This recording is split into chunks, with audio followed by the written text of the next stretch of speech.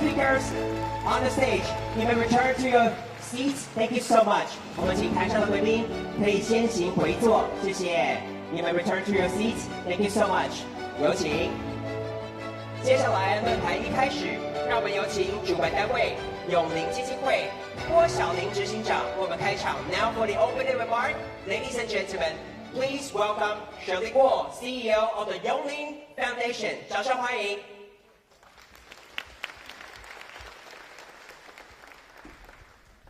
Good afternoon, everyone. I'm Shirley Guo, the CEO of Yongling Foundation. I'd like to invite all of you to today. We have our speakers, invited guests, and everyone here today in person as well as online. Thank you so much for taking the time to join us today. Yongling Foundation was founded in the year 2000, and since then, we have always kept our eye on the future. We have worked tirelessly to push for fundamental change, a long-term impact in places of need here in Taiwan and around the world. In education, we launched Yongling School of Hope with the goal of equalizing basic education for underprivileged kids. We have teachers, social workers, and created our own teaching materials and teaching training courses to support each and every one of our students. As of today, we have helped over 160,000 students, many of whom have gone on to bigger and better jobs in society. And in philanthropy, we have stood in front of the front lines of disaster. In 1999, the biggest earthquake in recent Taiwan history, where over 50,000 houses collapsed, we were there to help rebuild. In 2009, one of the most disastrous typhoons wiped out entire towns, displacing hundreds of families. We were there to meet their needs. In 2021, at the height of the COVID-19 pandemic, Yongling Foundation Yongling Foundation and Hosang Group donated 5 million doses of the life-saving vaccine to help protect the people of Taiwan.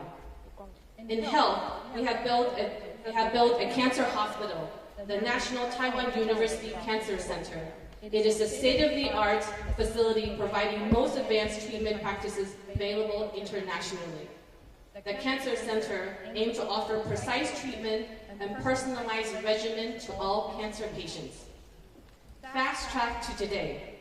At the verge of the next technological revolution for mankind, we are here. We had the Industrial Revolution in the 1800s, the Computer Revolution in the 1900s and early 2000s, and now we are facing the artificial intelligence revolution. We understand the importance of AI to the future of the world, but most importantly, to the future of Taiwan. For this very reason, we are hosting this forum today that is absolutely free to everyone and anyone who wants this knowledge. We have over 1,000 people here in this very room, and the entirety of this forum will be available via Yongling's YouTube channel and Facebook channel for those who are not able to join us here live today. I was told that this event has reached full capacity in just a matter of a few days, so thank you for that. But obviously, this is because of our esteemed speakers that are here today. I know that every one of our speakers here today are already leaders in their respective worlds and are famous in their own right, so it is my great honor to give each and every one of them a proper introduction.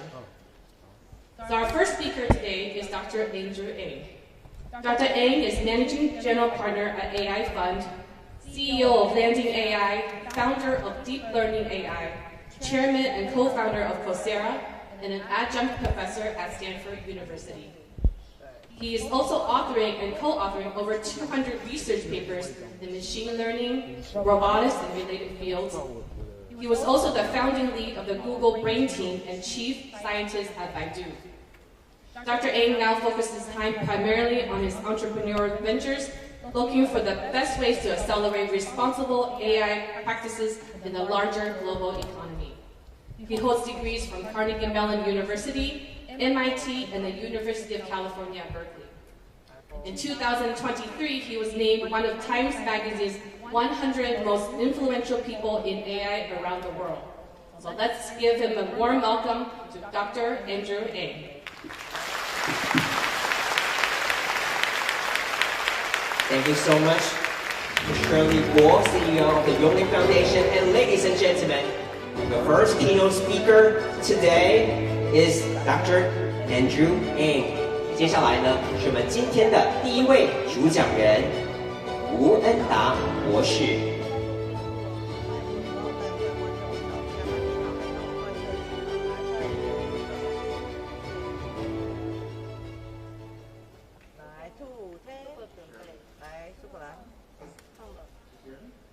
Thank you, Shirley. It's good to see everyone here. What I want to do is share with you today what I see as some exciting opportunities in AI. So I've been saying for a few years that AI is the new electricity. And that's because one of the difficult things to understand about AI is a general purpose technology, meaning it's not useful just for one or two things, it's useful for a lot of different applications. Like electricity. If I ask you what is electricity good for, it's almost hard to answer that question because electricity is useful for so many different things. And like electricity about 100 years ago, I think AI is now going to revolutionize every sector of the economy. What I'm going to do is start off with a brief description of the technology landscape, and this will then lead into discussion of what we can all do with AI. So there's a lot of hype and excitement about AI. And I think a good way to think about AI is as a collection of tools. The two most important tools in AI are supervised learning, which is very good at labeling things, and the new entrant, generative AI. If you study AI, you may have heard of some other tools as well, but today I'm going to focus on just the two most important, which are supervised learning, good at labeling things, and generative AI. So supervised learning is a technology that started to work really well about 10, 15 years ago, where we could take inputs and label them with an output. Given an input A, we could compute an output B. For example, given an email, we can label it with whether or not it is spam.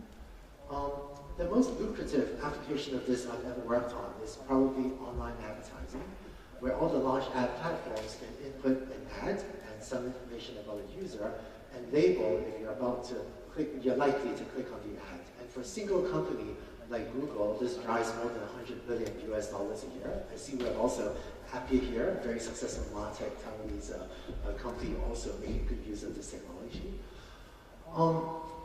In self-driving cars, we have AI that can input a picture of what's in front of the car and label the position of the other cars, driver assistance to self-driving. One of the projects one of our teams worked on is given a ship route, we can label it with how much fuel it's going to consume, use that for logistics. My teams do a lot of work in manufacturing, where we can take a picture of a smartphone that's just been manufactured and tell us if there's a defect or an inspection. Or given a restaurant, if you want to monitor the reputation, you can look at a restaurant review and label that as a positive or negative sentiment for reputation tracking. So one thing about AI, even supervised learning, is notice how many different applications it is useful for. And when it started to work well 10, 15 years ago, it was a lot of work for many of us to go and find and build to these applications of supervised learning. So just to walk through one concrete example, this is what building a supervised learning labeling.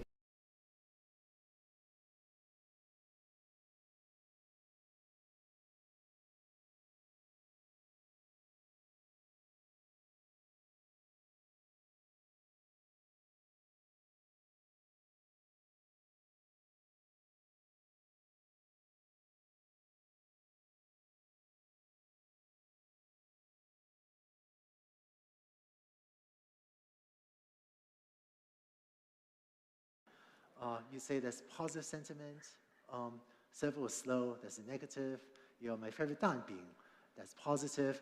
And so given thousands of data points like this, you then have your labeled data, then you can train your AI model, and then find a cloud service to run it, and after that, you can input your best dinner nights I've ever had, and it'll say there's a positive sentiment. So this is a typical workflow of an AI supervised learning project. Now, I know there's a lot of excitement about generative AI, And I think that generative AI was set up for success with some of the early progress in supervised learning. In fact, I think the last decade was a decade of large-scale supervised learning, where starting about 15 years ago, 10, 15 years ago, we found that if we built a very small AI model, a very small neural network, even as we fed it more and more data, it would not get much better. But when I started the Google Brain team, the primary mission I set for the team is I said, let's just build really, really large neural networks with Google's compute infrastructure. And we found that as we scaled to very, very large neural networks, we could feed it more and more data, and we just keep on getting better. I know Jensen Huang and Lisa Su were in town just recently, and I feel like GPU hardware has powered a lot of this rise of AI in the last decade. How about, if that was the last decade, I think this decade is turning out to be the decade of generative AI, which adds, doesn't replace, but adds to the tools we have in supervised learning, where we now have tools that can input a piece of text called a prompt, and if you run it once, it may say mango shaved ice, mother's braised pork rice, or tofu. And I think that I think that when Sam and his team released ChatGPT in November, less than a year ago, it was almost a magical moment. But I want to take just a minute to demystify how the heart of large language models works. Since it seems so magical, how does it actually work? It turns out that the heart of generative AI, of these large language models, is they're built by repeatedly predicting what is the next word using supervised learning. So for example, if an AI has read on the internet a lot of text, like a sentence like, my favorite food is tomato scrambled eggs, right? 番茄炒蛋. I actually really like that. Then it can use this as data and ask, if you see my favorite food is, predict what's the next word. In this case, it is tomato, or if it sees my favorite food is tomato, what's the next word? Scrambled, and so on. If it sees my favorite tomato scrambled, what's the next word? Is eggs. And it turns out that if you train a very large AI system on a very large number of words, hundreds of billions of words, or sometimes more than 1 trillion words, then you get a large language model like ChatGPT or Bard, or Google Bard, or Bing Chat, or others. And I think that while many of you are familiar with tools like ChatGPT as a consumer tool, and I think it's a fantastic consumer tool, there's one other revolution, which is how generative AI is changing AI application development. And I think I'm as excited, even more excited about generative AI as a developer tool, as a consumer tool. But let me show you what I mean. So if I wanted to build a restaurant sentiment review system with supervised learning, this is what I would do. I would get label data, maybe it takes a month. Train an AI model, maybe it takes 3 months. Deploy in the cloud, maybe that takes me 3 months. So typical realistic timeline for building a production commercial AI system is maybe 6 to 12 months. And many very good teams I worked with took about that long to build a system. But in contrast with prompting, this is what the workflow looks like. You can specify a prompt. This takes minutes, maybe hours. And then you can deploy the model in maybe hours or days. What this means is that there are a lot of AI applications that used to take me 6 months to build, that today there are hundreds of people, hundreds of thousands of people, maybe millions of people that can do in 1 week what used to take me 6 months to do. And this is leading to a flourishing of AI applications. Now, I know you were not expecting me to write code in this presentation, but that's what I'm going to do. So Sam's here. I'm going to use OpenAI tools. But this is all the code it takes to write a sentiment classifier. I'm going to import some tools from OpenAI, load my API key. Then, I don't know, I really enjoyed the Yonglin Foundation meeting. What came away feeling, I don't know. I've never run this before, so I really hope it works. All right, so that's the prompt. So it says, classify the text below the limit of 3 dashes as having either positive or negative sentiment. So, and then I'm actually going to run it. Right, and so, oh, thank goodness that worked. But this is all the code it takes in order to build a sentiment classifier. And this is revolutionary that so many people can now, with just a few lines of code, build and deploy a pretty good AI system. one of the things I've been working on over the last many months is work with many different industry partners to teach generative AI as a developer tool. And I've been privileged to work with many of the industry experts. So OpenAI, AWS, LangChain, Lambda, Hugging Face, Google, Microsoft, Waze and Bicycle here. Almost all the leading generative AI companies. I think we're probably working with all of them at this point, including many that have not yet been announced. And I also want to mention that key to our developer education efforts is our Taiwan engineering team. So deeplearning.ai, my team has been working on this generative AI application. Our engineering team is actually here in Taiwan, and we couldn't have done it without them. And I hope this will be our little contribution to the Taiwan engineering ecosystem as well, and dissemination of knowledge. Now, given this technology landscape, let me share a little bit about where I think are some significant AI opportunities. The size of these circles shows what I think is the value of different AI technologies today in terms of value generated from applications compared to what the value would grow to 3 years from now. Supervised learning, really massive. For a single company like Google, worth more than $100 billion a year, and with millions of developers working on it, I think over the next 3 years, which is a very short time horizon, may double, go from massive to maybe even more massive. Generative AI, very exciting, but it's small right now, but I think it will much more than double over the next 3 years. Sometimes people see this slide and they think I'm not excited about generative AI. No, I'm very excited about generative AI. I think it just will take time to figure out and build the applications, and 3 years is a very short time.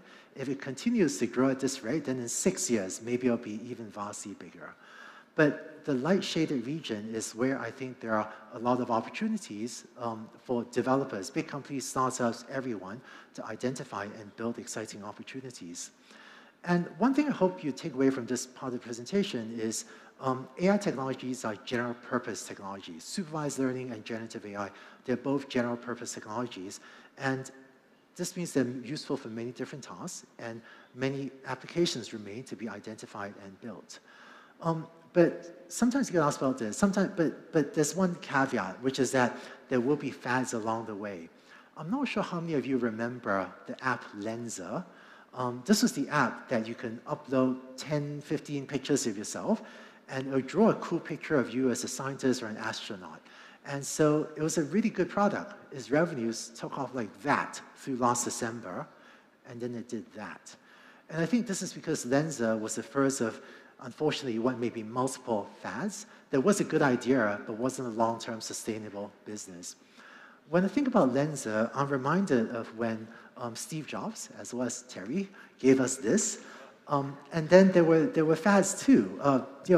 Developers built an app for $199 US to do this, to turn on the flashlight.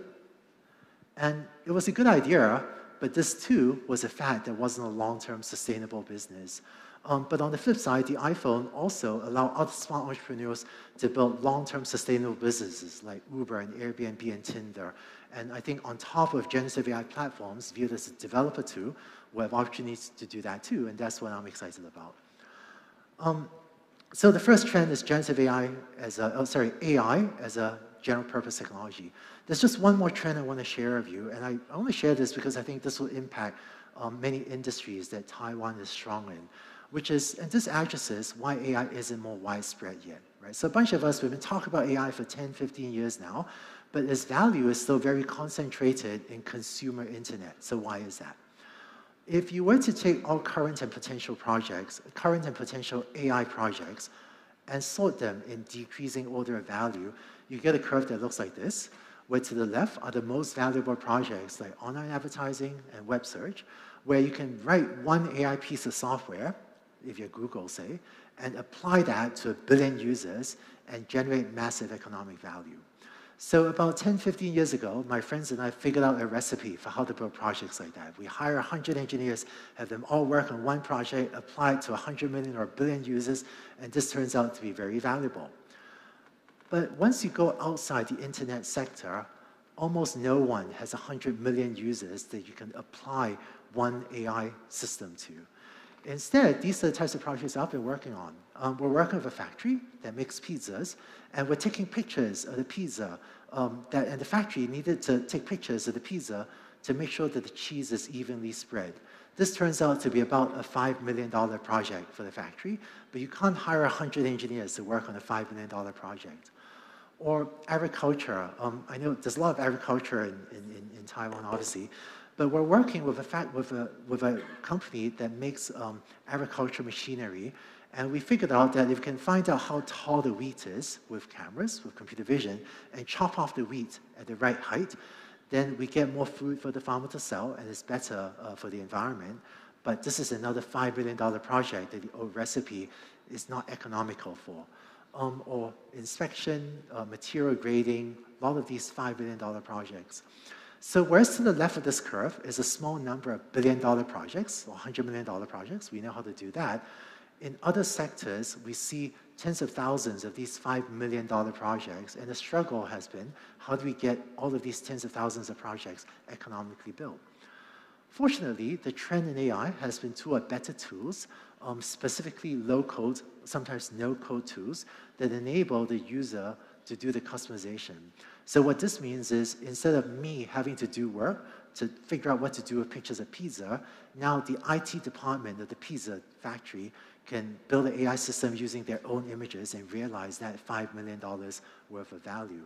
And by the way, these pictures of pizza, they don't exist on the internet. They're proprietary to the factory, and so Google and Bing do not have access to these pictures either. And the key technology to do this is prompting, as well as a technology called data-centric AI, in which you can let the, say, IT department of the factory write prompts to provide data, and this lowers the barrier.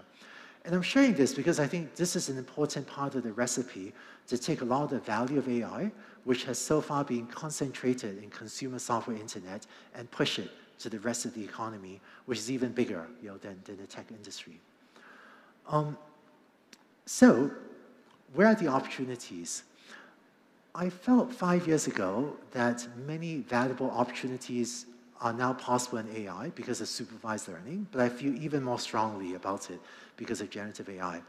And the puzzle I wanted to solve 5 years ago was, how do I get many of these projects built? And even though I had led AI teams in big companies like Google and Baidu, I couldn't imagine how I could operate a team inside a big tech company to go after the very diverse set of opportunities that AI now makes possible. I think starting new companies is an efficient way to do this, which is why I started AI Funds, which is a venture studio. But of course, to incumbent companies, there are also many opportunities to integrate AI into existing workflows. And often incumbent companies have a huge distribution advantage. But concretely, where are the opportunities? This is what I think of as the AI stack. At the lowest level is the hardware layer. And I know Jensen Huang and Lisa Su were just in town. I think semiconductor industry is very capital intensive, very concentrated. Clearly TSMC, UMC are doing very well. I personally don't play there because of how capital intensive and how concentrated it is. But clearly in Taiwan also, building servers is a great business. On top of that are the cloud infrastructure, also very capital intensive, very concentrated, so I tend not to play there myself. And then there are the developer tools, including OpenAI, right? The API part of OpenAI. I see the developer tool market as potentially with some huge winners, but also hyper-competitive. In fact, look at all the startups chasing OpenAI. So I personally tend to play here only when I have a significant technology advantage, because I think that gives you the right to have a shot at building a sustainable platform, to be one of the huge winners. And even though a lot of the media attention is on the infrastructure and tooling layer, we saw this with every wave of technology. When SaaS came up, all the attention was in the technology layer. It turns out that for the infrastructure and tooling layer to be successful, there's one other layer that needs to be even more successful, and that's the application layer. Because for the tools and infrastructure to be successful, the applications have to generate even more revenue to pay them, to make this whole, to make all the economics work. So maybe one example, I was talking the other day on the upper right with the CEO of Amorai, which is a company that applies AI to romantic relationship coaching. And what do I feel like I'm an AI guy, I know nothing about romance, right? And if you don't believe me, you can ask my wife, and she will confirm that I know nothing about romance. But when my Team AI Fund decided we wanted to do something applying AI to romance, we wound up partnering with the former CEO of Tinder, Renata Nyborg, and who knows much more in a systematic way about relationships than anyone else I know. And with my team supplying the AI expertise and her supplying the relationship expertise, we're able to build something very unique. And at the application layer, I seem to keep on finding more and more opportunities where it looks like there's a huge market need, but the intensity of the competition is just quite low. So over the last few years, AI Fund has actually refined our process of building startups. I'm going to share with you what this process is, because I think there'll be many great startups to be built, hopefully here in Taiwan as well. But we always start off with the idea. Often we partners suggest ideas to us. And I want to share one case study, which is one of our investors, Mitsui, operates a line of ships. And so they came and suggested to me, they said, hey, Andrew, you should use AI to make shipping more fuel efficient. And this is one of those ideas that I would never have come up with myself, because I've been on a boat, but what do I know about global maritime shipping? But so they suggest the idea to us, and in a typical process, we spend up to a month validating the idea for market need and technical feasibility. And if it passes that, we then recruit a CEO. We recruited Dylan Cowles, fantastic CEO with one exit before, to work with us to build the company. We then spent 3 months to do deep customer validation, build a technical prototype, and if the company survives this stage, it survives this stage 2/3 of the time. We then funded, that gives it capital to build an executive team, get real customers, and is then in the position to go and raise additional capital and be well on its way. So today, Bering is steering hundreds of ships, many hundreds of ships on the high seas, like Google Maps for ships, where the software, AI software, tells a ship where to go to get to the destination on time and with about 10% less fuel, thus saving about $500,000 per ship, and also reducing carbon emissions. And this startup would not have existed if Mitsui, that knows this idea, hadn't suggested this to us. And I find that I've learned that my swim lane is AI. I don't try to be expert in relationships and shipping and everything else. I try to be an expert in AI and instead work with partners on all of these different application sectors to find exciting opportunities to go after. And certainly while I'm in Taiwan, I'll be here for a few days. Hopefully there'll be opportunities to explore locally meaningful ideas to Taiwan as well. I've just one last slide, and I'll wrap up, which is to touch on risks and social impact. So there are many risks of AI. I think the biggest risks of AI are bias, fairness, and accuracy. But AI technology is rapidly improving and become much safer.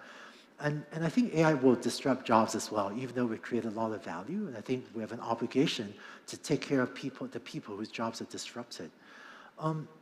And there is excitement about AGI, artificial general intelligence.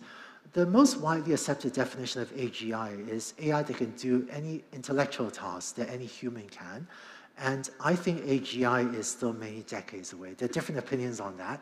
But if you want AI to do any intellectual task a human can, I think that's still quite far away. But I hope we will get there. And then lastly, I know even the last couple of days, yesterday, even today in Taiwan, some people are asking me about extinction risk. And I think AI leading to human extinction risk is very overhyped. I hope that maybe in our lifetimes, there'll be AI smarter than any of us. It's already smarter than any of us in some ways. But humanity has lots of experience controlling things far more powerful than ourselves, like corporations and nation states. And we've managed to make it okay. So I don't really doubt our ability to control AI. And lastly, when it comes to the real existential risk to humanity, things like the next pandemic, fingers crossed, hopefully not, or climate change leading to massive depopulation of parts of the planet, or another asteroid, lower chance, doing to us what it did to the dinosaurs, wipe out the dinosaurs. I think that if we look at the real existential risk to humanity, AI would be a key part of the solution. So rather than trying to make AI go slower, if we want humanity to survive and thrive for the next 1,000 years, I would rather make AI go as fast as possible. So with that, let me say thank you all very much. Thank you so much to Dr. Andrew and for your very, very informative and comprehensive talk. Thank you so much. 非常谢谢吴文达博士带来非常精彩的分享。Andrew, thank you so much for taking us on a deep dive into the opportunities in AI. 那接下来呢，在我们炉边对谈之前，想要请摄影师先到舞台上，帮今天参加我们 AI 大师论坛的所有贵宾拍一张大合照。And before we move on to the fireside chat, we're going to have our photographers take a photo of all of you who joined us for the AI Master Forum today. Okay, everybody, please look at our photographer on the stage. 请大家看向我们舞台上方摄影师的镜头。Okay, everybody, a big smile. 3, 2, 1. All right, let's do one more. Okay, 3, 2, 1. You want a thumbs up or whatever poses that you like, okay? 3, 2, 1. 好，请各位贵宾给自己一个掌声。Please give yourselves a big round of applause. And we thank you so much for your participation today. Thank you. All right, next is the fireside chat we all been waiting for. To introduce our moderator and speakers, please welcome Shirley Guo, CEO of the Yongling Foundation again. 接下来我们再次有请永龄基金会的郭晓玲执行长为我们介绍炉边对谈的主持人以及讲师 Shirley. For the much anticipated fireside chat, we're honored to have Dr. Chi-Hong Lin as our moderator. Dr. Lin currently serves as the president of National Yangming Chiaodong University. He has a PhD in cell biology from Yale University, and his research interests focus on cancer biology and is an expert on cell tissue microscopy. In 2010, he was appointed the Health Commissioner of Taipei City Government and subsequently also new Taipei City Government, earning him 8 years of experience in public health policies and their implementations. Please put your hands together and welcome Dr. Chi-Hong Lin to the stage.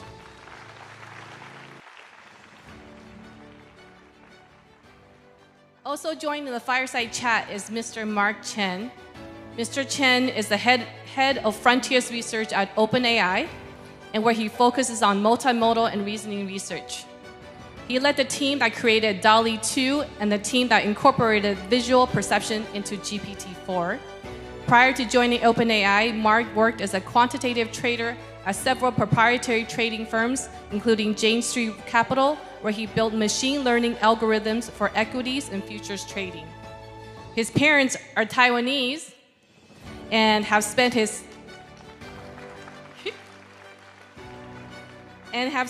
high school years in Taiwan, actually, and later graduated from MIT with a bachelor's degree in mathematics and computer science.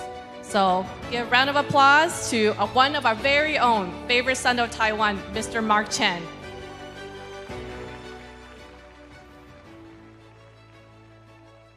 And our main speaker for the fireside chat, I'm sure, is no stranger to anyone here. Mr. Sam Altman is the CEO of OpenAI and chairman of Helion Energy. He has become known as the man behind the AI revolution and a legend in Silicon Valley despite his young 38 years of age. His vision to make the most cost of energy and intelligence fall to near zero as a way to create abundance and accessible for all. He is also the chairman of WorldCoin, a global UBI experiment, and Retro, a partial reprogramming longevity company. He was formerly the president of Y Combinator, where he expanded the scope of the program and mentored thousands of founders of many of the most successful startups of the last decade. As you can see, his influence on the world is no joke. So let's give us a round of applause to the favorite son of the world, Mr. Sam Altman. Thank you, Shirley. And now over to our moderator, Professor Lin. 接下来把时间交给主持人林奇宏校长。Okay, Mark and Sam, welcome to Taiwan. Thank you. I know that you swing by Taiwan and you're going to stay for less than a day. So thank you very much. Very happy to be here. So did the previous talk feels like back to the classroom again? Yeah, Andrew was my professor when I was an undergrad, so it does bring it back. Okay, great. So in the next 25 minutes, I think I will go through the topics that the audience, both in this room and online, will be very interested in, which is what's your keys to succeed, and your areas to implement and to apply, and ways to sustain, and things to worry about. So maybe we should follow that order. But before I begin, you want to say a few words to the audience? Just say hello, and how many times have you been in Taiwan? Sure. Hello. This is my third time to Taiwan, and I wish I had a longer one. This is a very short visit, but it's been a great day so far. I think the AI revolution is going to be a massively transformative and positively transformative thing. Humans, through every technological revolution, have always worried about what the jobs are going to be like and what we're all going to have to do. And it turns out that human desire for new things and creativity is pretty limitless. And so we're going to find wonderful things to do. And what we're seeing with ChatGPT is people just use these AI tools to do more and do better, and they can take their ideas and bring them to life even faster. And it very much is an amplifier of human ingenuity and will. And I think it's, although always a little scary when the ground shakes, where we're headed is just probably much better than any of us can imagine. We will all have tons to do, and we'll look back at this time as a sort of very barbaric age, and we won't believe how much better it's gotten. I think the rate of change will be fast. I don't think AGI is decades away, although it mostly depends on how fast Mark's team makes progress. But I think it'll be pretty quick. And each year, more amazing things will be possible that weren't possible the year before. And that's also true even if we look backwards. Most of the world, I think, didn't predict ChatGPT a year or 3 years ago. And I think that will remain true. But I think we're on to something pretty deep and fundamental, and it'll be great. Yeah. Sure. Hey, everyone. I'm Mark. It's nice to be back in Taiwan. I haven't been here in 4 or 5 years, but it still feels like home. So glad to be back.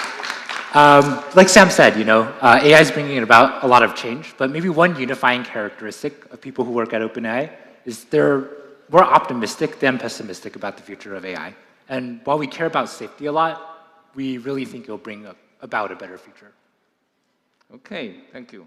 So first, keys to succeed, I will let you just say whatever you want to say. But I realize that you just are in the process of a world trip. So what's your main takeaway from this trip, and what you expected? Is there any critical feedback that you want to share with us? Yeah, so Mark and I traveled together earlier this year in this crazy trip around the world, which was incredibly gratifying, tiring, but really amazing to see how throughout many countries, 6 continents, many, many cities, the enthusiasm about AI, the belief that the future is going to be much better, and more than that, what people were already doing today. GPT-4 and ChatGPT as it is today, when we look back at it, we're already embarrassed by it. Everybody's going to be embarrassed. When you got that first iPhone, you thought it was really cool, but now if you look back at it, those pixels are each this big and just didn't hold up that well. But it still pointed to something amazing, and now we have these supercomputers in our pockets. Even in that iPhone 1 era that we're in now, seeing the creativity of people around the world, the enthusiasm for where it's going to go, the businesses people are building, the way they're transforming their workflows, that was all amazing. It was interesting to see how different things are in different cultures in different ways, but the enthusiasm was pretty remarkable. Yeah, not too much to add to that. It's just we went from place to place, and developers were coming to us with a wide diversity of apps, and I think they're really far ahead of the curve from what we had expected. Yeah, that's good to know. So it seems that opportunities are everywhere, right? So based on whatever infrastructure and platform you have built, yeah. So that moves to my next question, which is the areas to apply. And also, I think very importantly, if it is a platform like the electricity that Professor Ng mentioned about, specifically in what area that you think will be nourished in the next decades. And I know that OpenAI, you started with a NPO, but now you are a profit-making company, just a regular company. So what you point yourself, on these two roles, please? You want to do new areas and I'll do company Sure, structure? yeah. Which direction that we want to take OpenAI? Or kind of like what areas are we most excited about for people to build on? Yeah. So, I have to plug the areas that I personally research. So I focus on multimodal and reasoning research. And I really think that these are the two most promising directions going forward. First, with multimodal, right? We want our models to access what we see, what we hear, and to be able to generate novel content, that we couldn't generate ourselves. And I think this will really unlock a bunch of new interfaces for the model. And on reasoning, today the model still makes silly mistakes here and there, right? And we really want to get to the point where, in order for the model to be truly assistive and robust, that it doesn't make these mistakes anymore and can really be kind of a sparring partner for ideas. Yeah, I just want to underscore how big of a deal it is if we get reasoning to work. GPT-4 can reason the tiniest bit some of the time, but it clearly is not doing what we do, even like what a child can do. And GPT-4, although it can do a very good job mimicking what humans have done, doesn't feel like it's going to go invent new science. And if we can teach these models to reason, then I think we can contribute to the sum total of human knowledge, and that's when the world will really transform. If we can make more scientific progress in 1 year with these tools than we could in 100 without them, the quality of life will go up for all of us so much. Some areas that I'm particularly excited about are education, healthcare, personal productivity tools, like what we see people do using these coding tools. That's been amazing. I think those will all be great. And then on the company structure side, so we started as a nonprofit. We knew that training these systems were going to be expensive, but we had no idea how expensive. And when it became clear to us that we were eventually going to have to spend hundreds of billions of dollars on building out infrastructure if we wanted to get to our goal, we knew that the nonprofit structure we started with wasn't quite going to work, but the reasons that we started with the nonprofit structure were still super important. We wanted to get the incentives right. We wanted a way to sort of return the benefits and the governance of this technology to society as a whole. Wouldn't make sense for one company to own electricity. If we were successful enough to invent AGI, wouldn't make sense for one company, I think, to control that either. And so we came up with this idea of a capped profit. We have a nonprofit that governs us. We have a capped profit to still let capitalism do its magic for our investors and our team. But then beyond that, the nonprofit gets the excess. Yeah, okay. Now, move to my third question is, what's the way to sustain?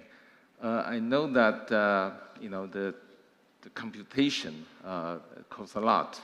And so people have been worrying about the energy consumption. And I also read upon one of your wish list in what you want to do next is to reduce the cost of energy and intelligence to near zero. So, what's the way to, make such kind of AI and their future development sustainable, both from the energy perspective and from the population of people's perception view? Yeah. Fusion.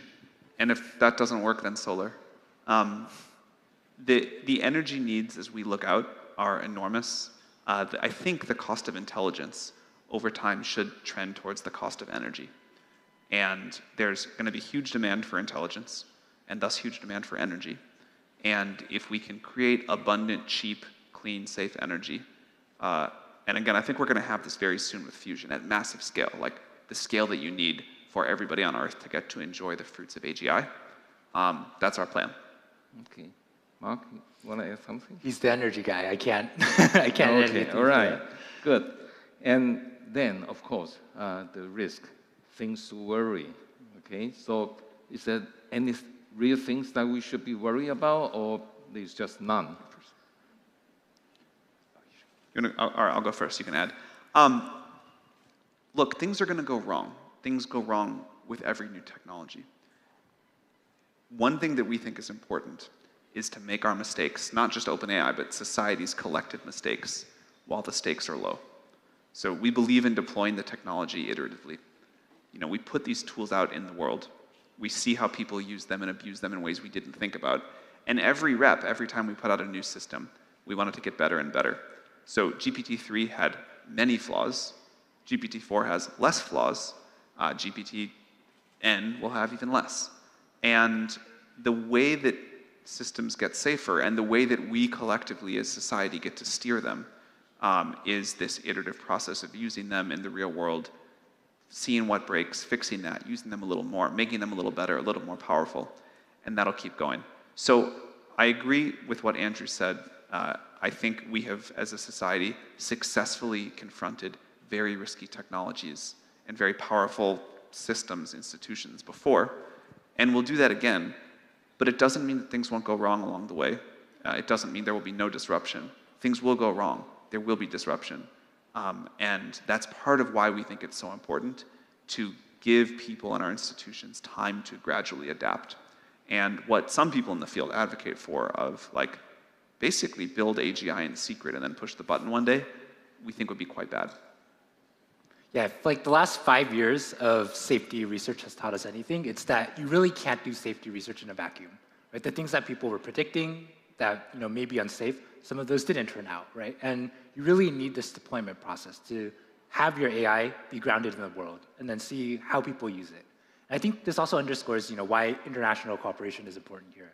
We're here because we want to understand the norms, what's safe for one geography may not be safe for another, and we think this is not just a US kind of problem to solve. Yeah, that's really important. We have come together as a globe several times before. The IAEA for atomic energy is an example that we point to. There's several others. I think this is going to require another one of those because this is a technology that does have such global impact, and figuring out how we get the collective preferences of the world and make these decisions together, that's going to be super important. Yeah. Do you worry about biased database or misinformation? Some of them are actually, could be really contaminated on purpose. So, do you have any thought about those? You can go first. Sure. Yeah. Of course. Yeah. We worry a lot about bias, and I think this goes back to the point of figuring out what the different geographies define as bias, because it really varies from place to place. And misinformation, people will put incorrect content out there.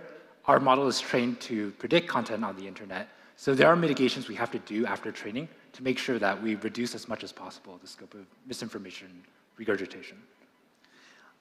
No two people on Earth will probably ever agree that one system is unbiased. And so one of the things that we think is really important is that we can make systems perform reliably, that society as a whole agrees on what the wide bounds are, and then in different contexts, different cultures, different subgroups, different individuals, there's a lot of ability to get the system to behave in a particular way. And that ability has worked far better than people have thought. So it's certainly true that if you just train a model on the raw internet, you're going to get something that most reasonable people would call biased in different ways. But with techniques that we and others have developed, like reinforcement learning from human feedback and a whole bunch of other things, you can surprisingly steer these models. And so you can kind of configure it how you want. OpenAI makes some decisions, but you can change it a lot. And this idea of empowering individuals, but setting the edges and also the sort of standard behavior well, I think is really important. And again, this has surprised even the experts in bias. They've said this just works way better than they thought. GPT-4 out of the box is like less biased than a human expert in these topics. And the configurability per user is pretty doable. Now, on the question of misinformation, that's a really hard one. It's hard to define that. It's hard to agree on it. I again come to this thing of the metric should be reliability. Like if you ask the model to follow a certain set of like ground truth facts cannot do that well. And I think a lot of Mark's team's work will turn out to be very important for that. Yeah, people also worry about technology, especially high tech, will cause inequality or inequity for the society. So, do you think the generated AI will worsen or maybe? Absolutely not. Yeah. I think in general, technology is a force for equalizing. And if the common example everybody uses is a very poor person and the richest person in the world get the same iPhone. Mm-hmm. And that's things like that have not been true throughout history. But if you think about a tool like AI, if everybody on Earth can get access to the best tutoring system ever, the best medical care ever, that helps everybody. But that relatively helps poorer people more than richer people who can already pay a lot for intelligence. Same thing with energy. This is like really true throughout history. If you study the decrease in the price of energy over time, that has always helped the poorest half of the world more than the richest half. So I think technology does this in general.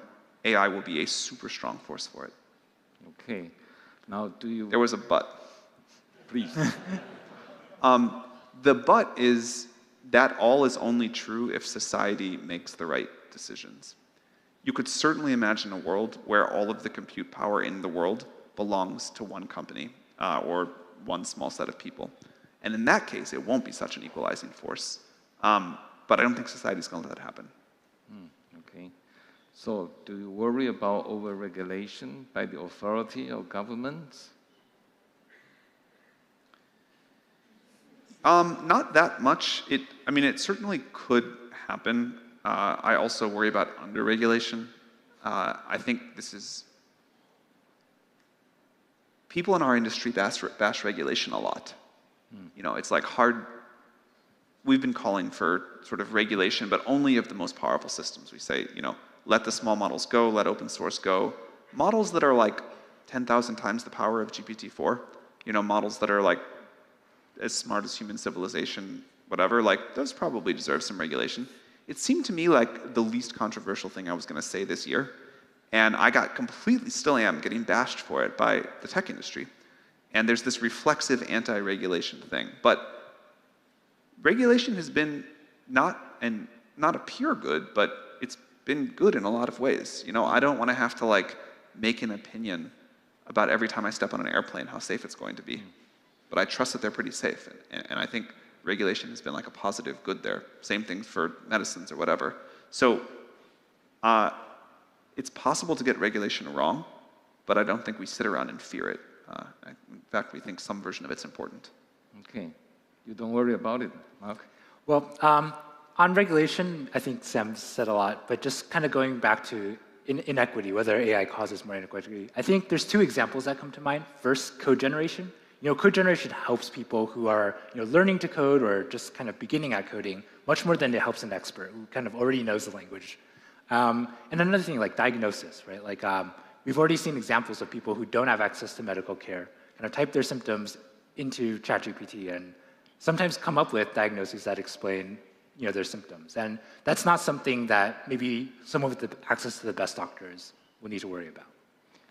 Okay, I don't ask the following question to the people like your ages, but I'm very interested in asking, do you have any words to our next generation?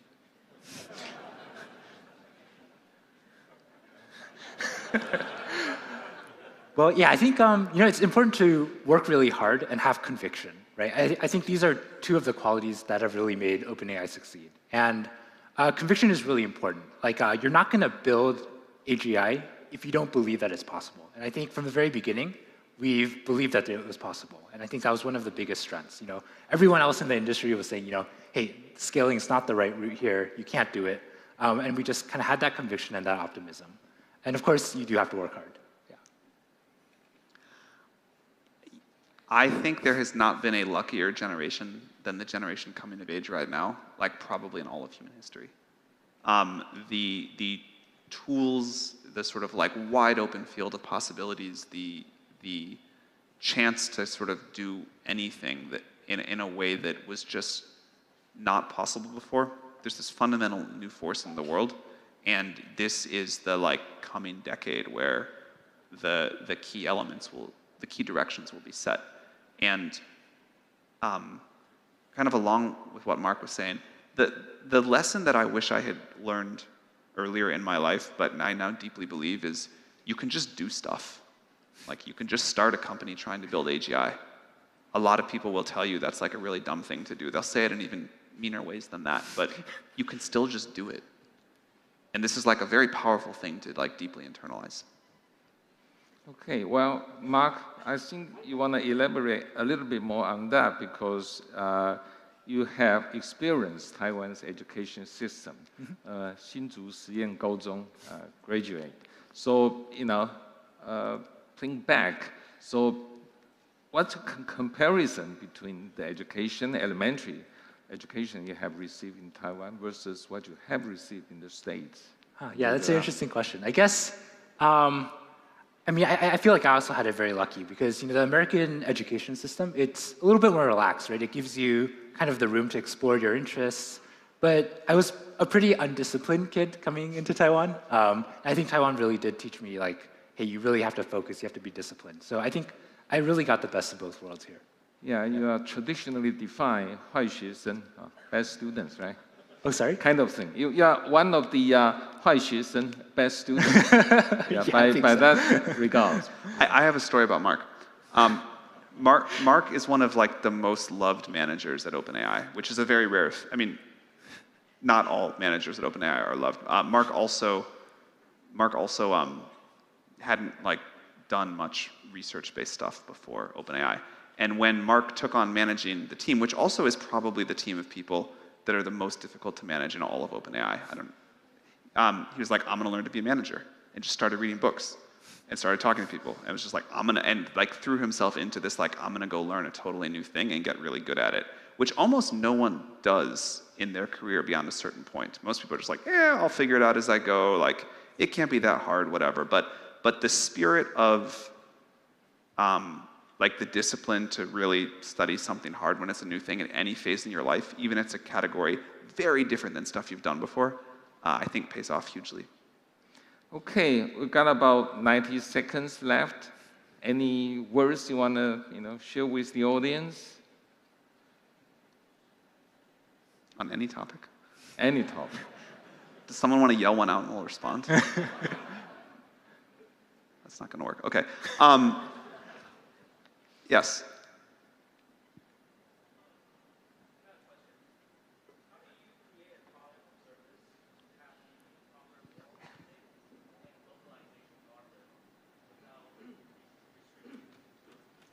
How do you create a product or service to be localized without restricting its potential? The proper guardrails? Oh, so one of the things that I think, that's a great question, thank you.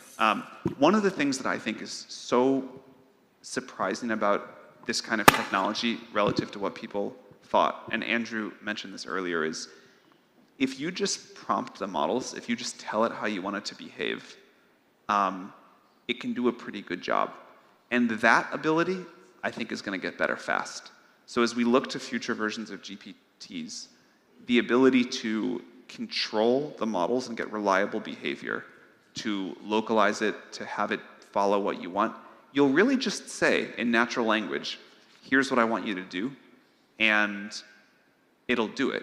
And speaking of equalizing forces, the fact that you get to just like tell the computer what you want in natural language, which everyone knows how to do, and it will do it, is this amazing new thing. So it works a little bit with GPT-4. It'll work much better with future models. But we're heading to this world where it's like the Star Trek computer. And you just say, this is what I want, and the thing happens. And for all questions like that, how do I get it to do this? How do I get it to do that? The answer is you just tell it, and it'll do it.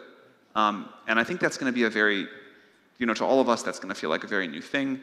Kids that are growing up now will expect it, but that'll be how we deal with computers. Yeah, I want to borrow your words to finish this sector. which is to potentiate the benefit and to mitigate the risk. Thank you both very much. Thank you. Thank you. Thank you very much to Professor Lin, to Sam, to Mark, for giving us this very thought-provoking discussion that was very inspiring. Thank you. 再次谢谢校长以及 Sam 以及 Mark 带来非常精彩的分享。And we do have a QA at the very end, okay? And before we do that, to introduce our second keynote speaker, please join me in welcoming Shirley back to the stage again. 接下来呢，我们再次有请侯晓玲执行长为我们介绍今天的第二位主讲人 Shirley. Last but definitely not the least is our next speaker, Dr. Jay Lee. Dr. Lee is a Clark Distinguished Professor and Director of the Industrial AI Center in the Mechanical Engineering Department of the University of Maryland, College Park. He's leading AI Data Foundry for advanced data-centric AI research for diversified industrial systems. Previously, he served as the Ohio Eminent Scholar, L.W. Scott Alter Chair, and University Distinguished Professor at the University of Cincinnati. He also served as Vice Chairman and Board Member of Foxconn Technology Group. In addition to receiving countless awards, he also published Industrial AI book in 2020. Smart Manufacturing Magazine named him a top visionary in 2016 and one of the most influential professors in 2020. I cannot possibly name all of his accomplishments in the time that's here. So without further ado, please welcome Dr. Jay Lee.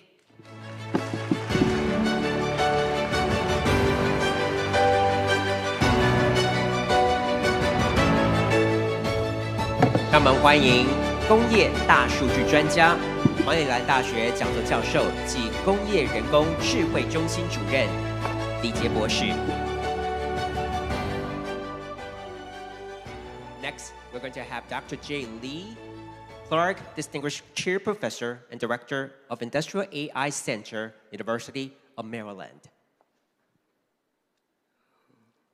And he is also quintessentially world's leading expert in industrial big data. 那这个李博士讲完之后呢，就是我们最后的 Q&A 时间哦。到时候都欢迎各位贵宾可以提问，我们也会再次的邀请今天的所有的讲者回到舞台上。And now over to Dr. Jay Lee. Please give him another big round of applause. Thank you. Thank you. Yeah.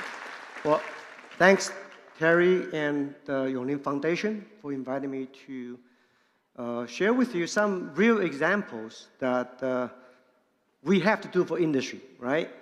AI is always interesting, but you also need actual implementation, right? So today I will share with you what are our experiences and what are the gaps that we need to move forward, right?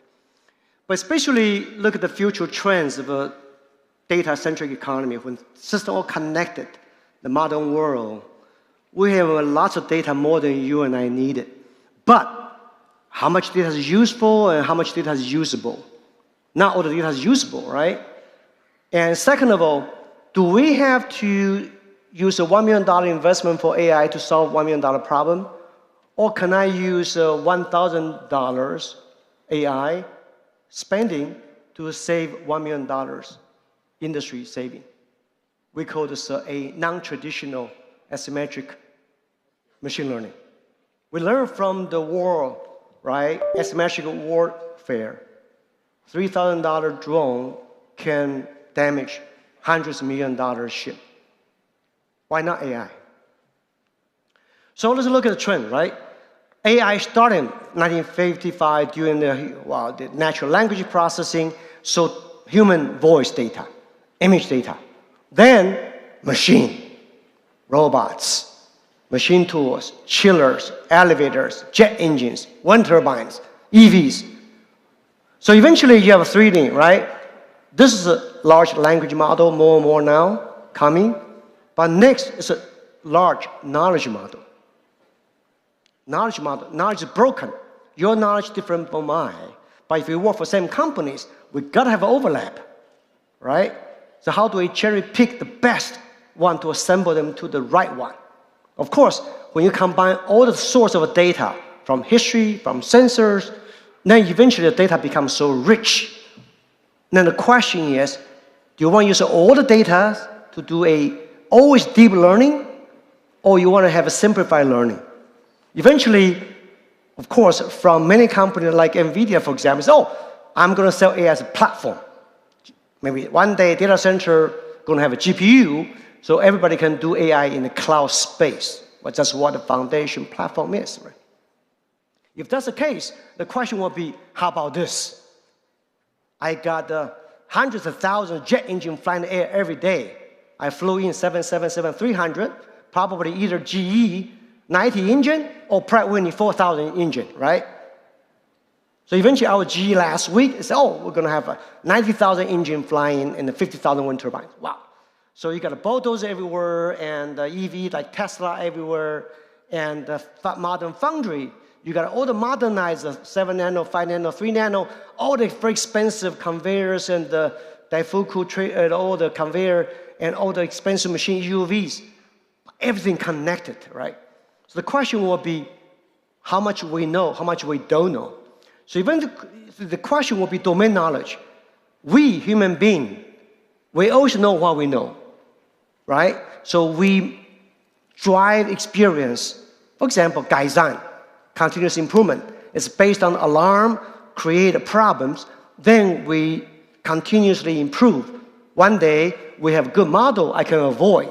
Unfortunately, the baseline different, the experience cannot be used. Or I can learn, but I cannot duplicate.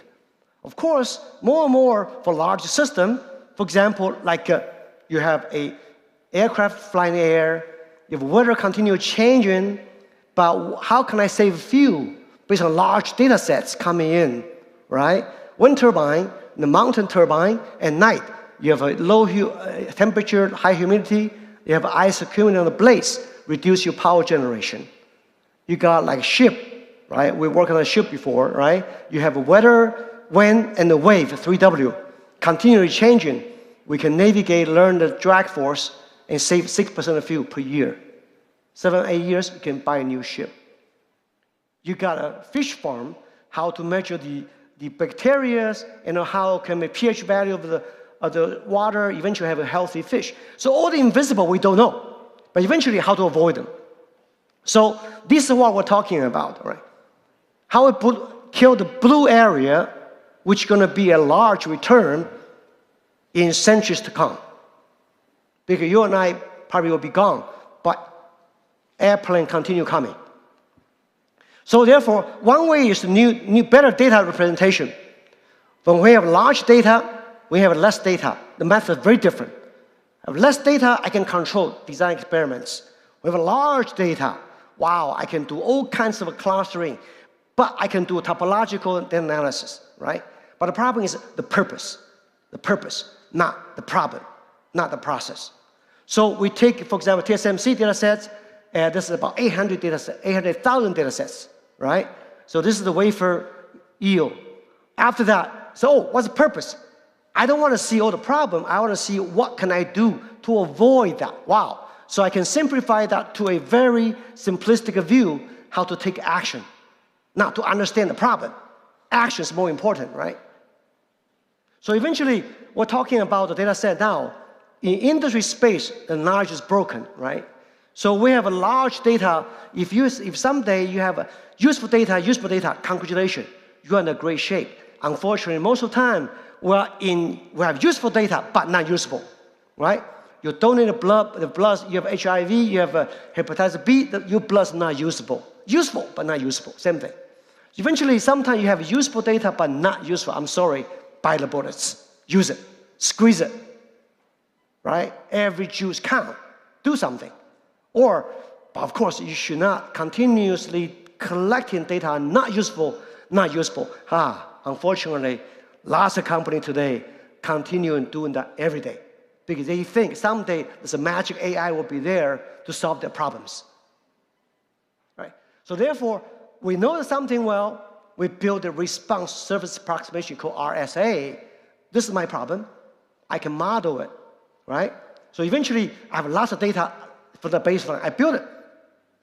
But during the actual applications, might be local problems. It's okay. I only select those useful and useful data.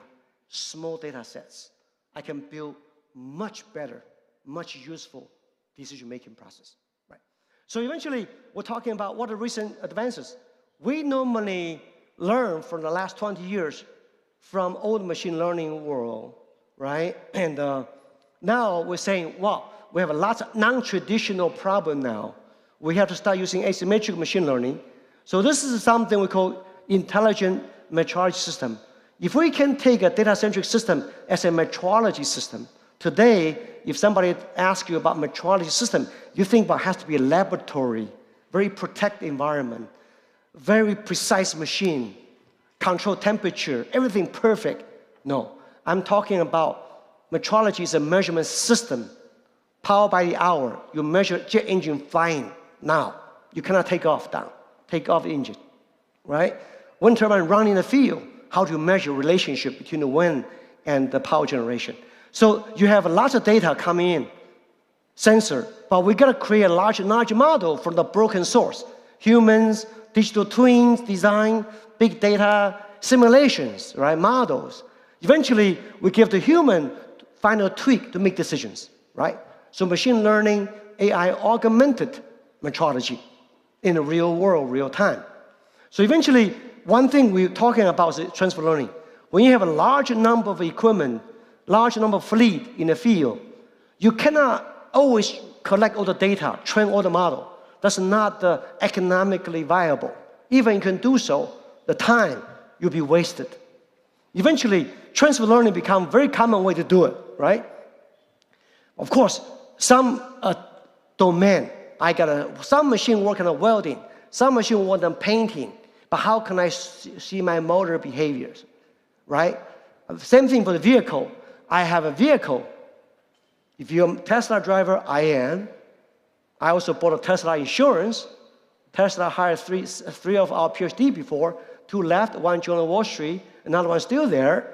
Hey, this is exactly vehicle to vehicle, human to vehicle. How I drive, my behavior. When you buy insurance from Tesla, they can judge you based on aggressive driver, how you take turn, how you signal lights, right? Eventually, this is exactly what happened. Tesla announced, called the FSD beta version V12, August 26. I think you remember 2 weeks ago, the stock valuation, 10%, $860 billion, right? Because it saved 90% of code. They use good driver's behavior to train a system, not just use the camera itself. That's why sometimes they say, oh, I really don't need a LiDAR, because they have all the data from a driver who bought insurance. Well, I'm one of them, right? This is a natural way of thinking, how to borrow things, accelerate the training, right? So eventually, one day, your phone has about a dozen sensors. EV has about 10 times, right? You have a lot of sensors generated from your driving. When I hit a pothole here, I label the GPS and some of my vibration sensor. The guy behind me, 2 miles ahead of you, pothole, be careful. It's going to happen. Today, like Waze, you have to input by manually, right?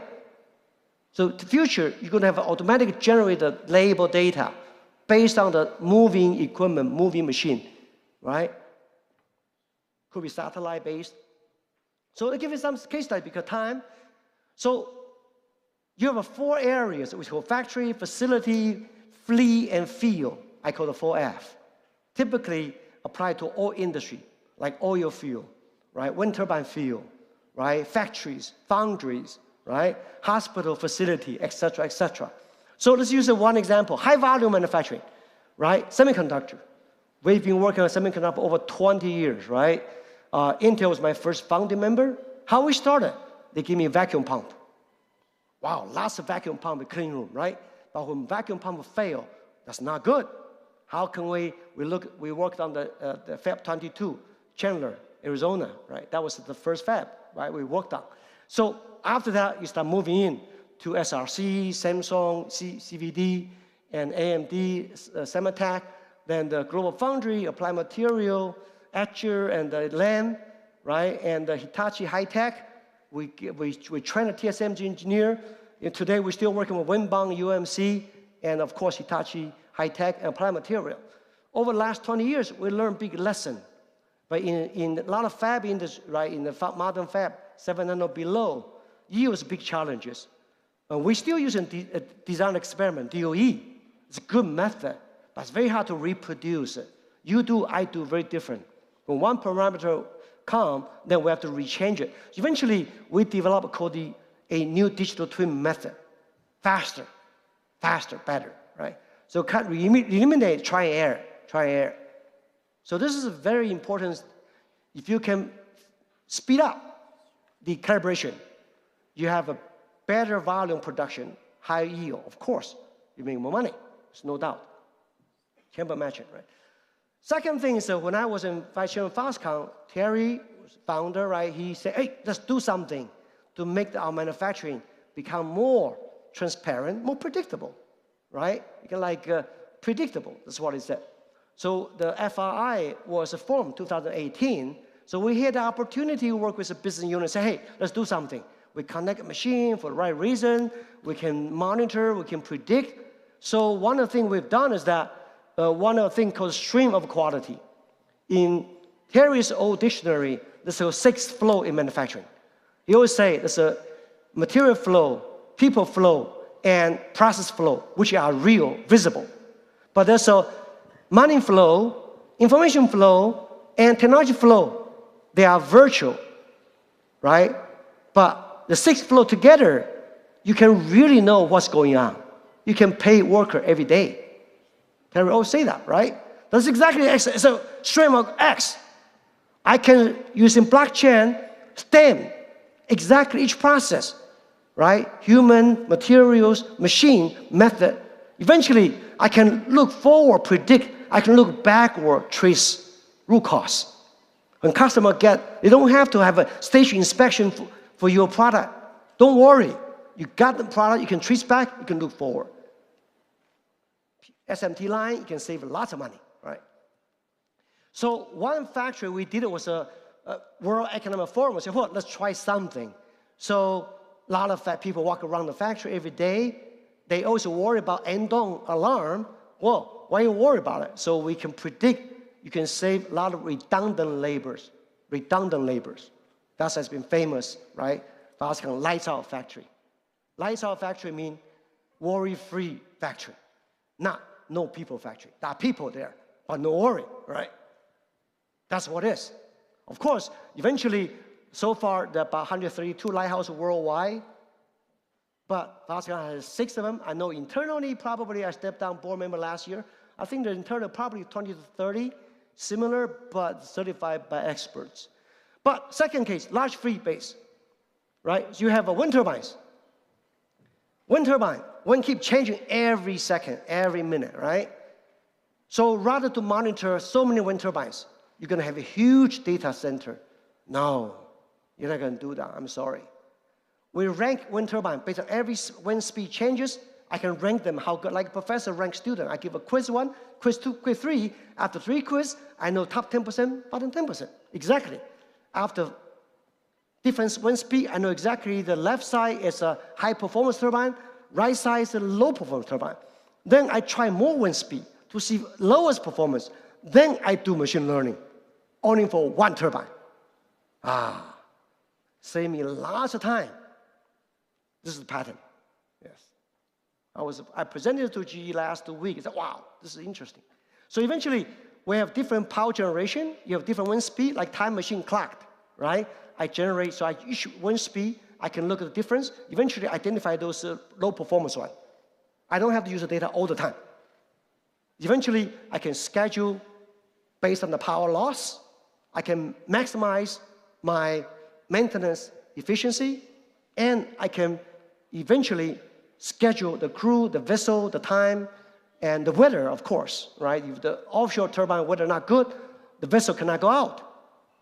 So again, this is very interesting outcome, and it's been adopted by quite a few companies. So eventually, left side is the data side, right? Right side is decision side. You can integrate into one model, digital twin, right? Okay, time. Hospital, ICU, We lose patients every day. I lost my brother-in-law several months ago. We call brain TBI, traumatic brain injuries. Right? So if you have patient push into they drill a small hole, put a sensor in there, then you have all the sensors monitoring you, right? Eventually, alarm happen, then nurse rush. The doctor coming, too late, gone. Most of people. Doesn't matter, you rich man, you poor man. Same equipment, same machine. Maybe a nicer room, but lots of data. There's no intelligence, let's be honest. The plug and pray is what it is. Right? Today. So eventually we say, oh, there's a human expert out there called SME, subject matter expert, but there's a ICP pressure, EEG signals. We can use a different type of a fast way to compare different patients, right? Because you have 20 patients tonight. I cross training, I can find out the high-risk patient. Yeah, the TBI, ICU. So doctor can look at the number, tweak. This is a overweight person. This is a different child, as a kid. This is a different old people. So I can find those features that especially important for those patients, tweak them, right? Eventually make this become more customized from human side. Then I took a 43 ICU real patient data. We work with the Cincinnati Children's Hospital, which is number 2 in the country. First one's Boston, second one's Cincinnati, right? So you can look at 43 patients, some recover, most people moderate recover and severe disability. But if you look at those people passed away, some of them had a very strong survivability, but the family didn't know. They pulled the plug. That's what happened. So eventually, took 3 years. Doctors say, don't publish. 3 years later, they say, you know what? This is a very useful suggestion, not decision. Decision still doctor and the family. So this is interesting. 2 weeks ago, I was in Japan. Japan actually launched So it boosts ignition and liftoff. So after they launched, then they destroyed it, right? Because of certain failure. Right? So eventually, the reason I know.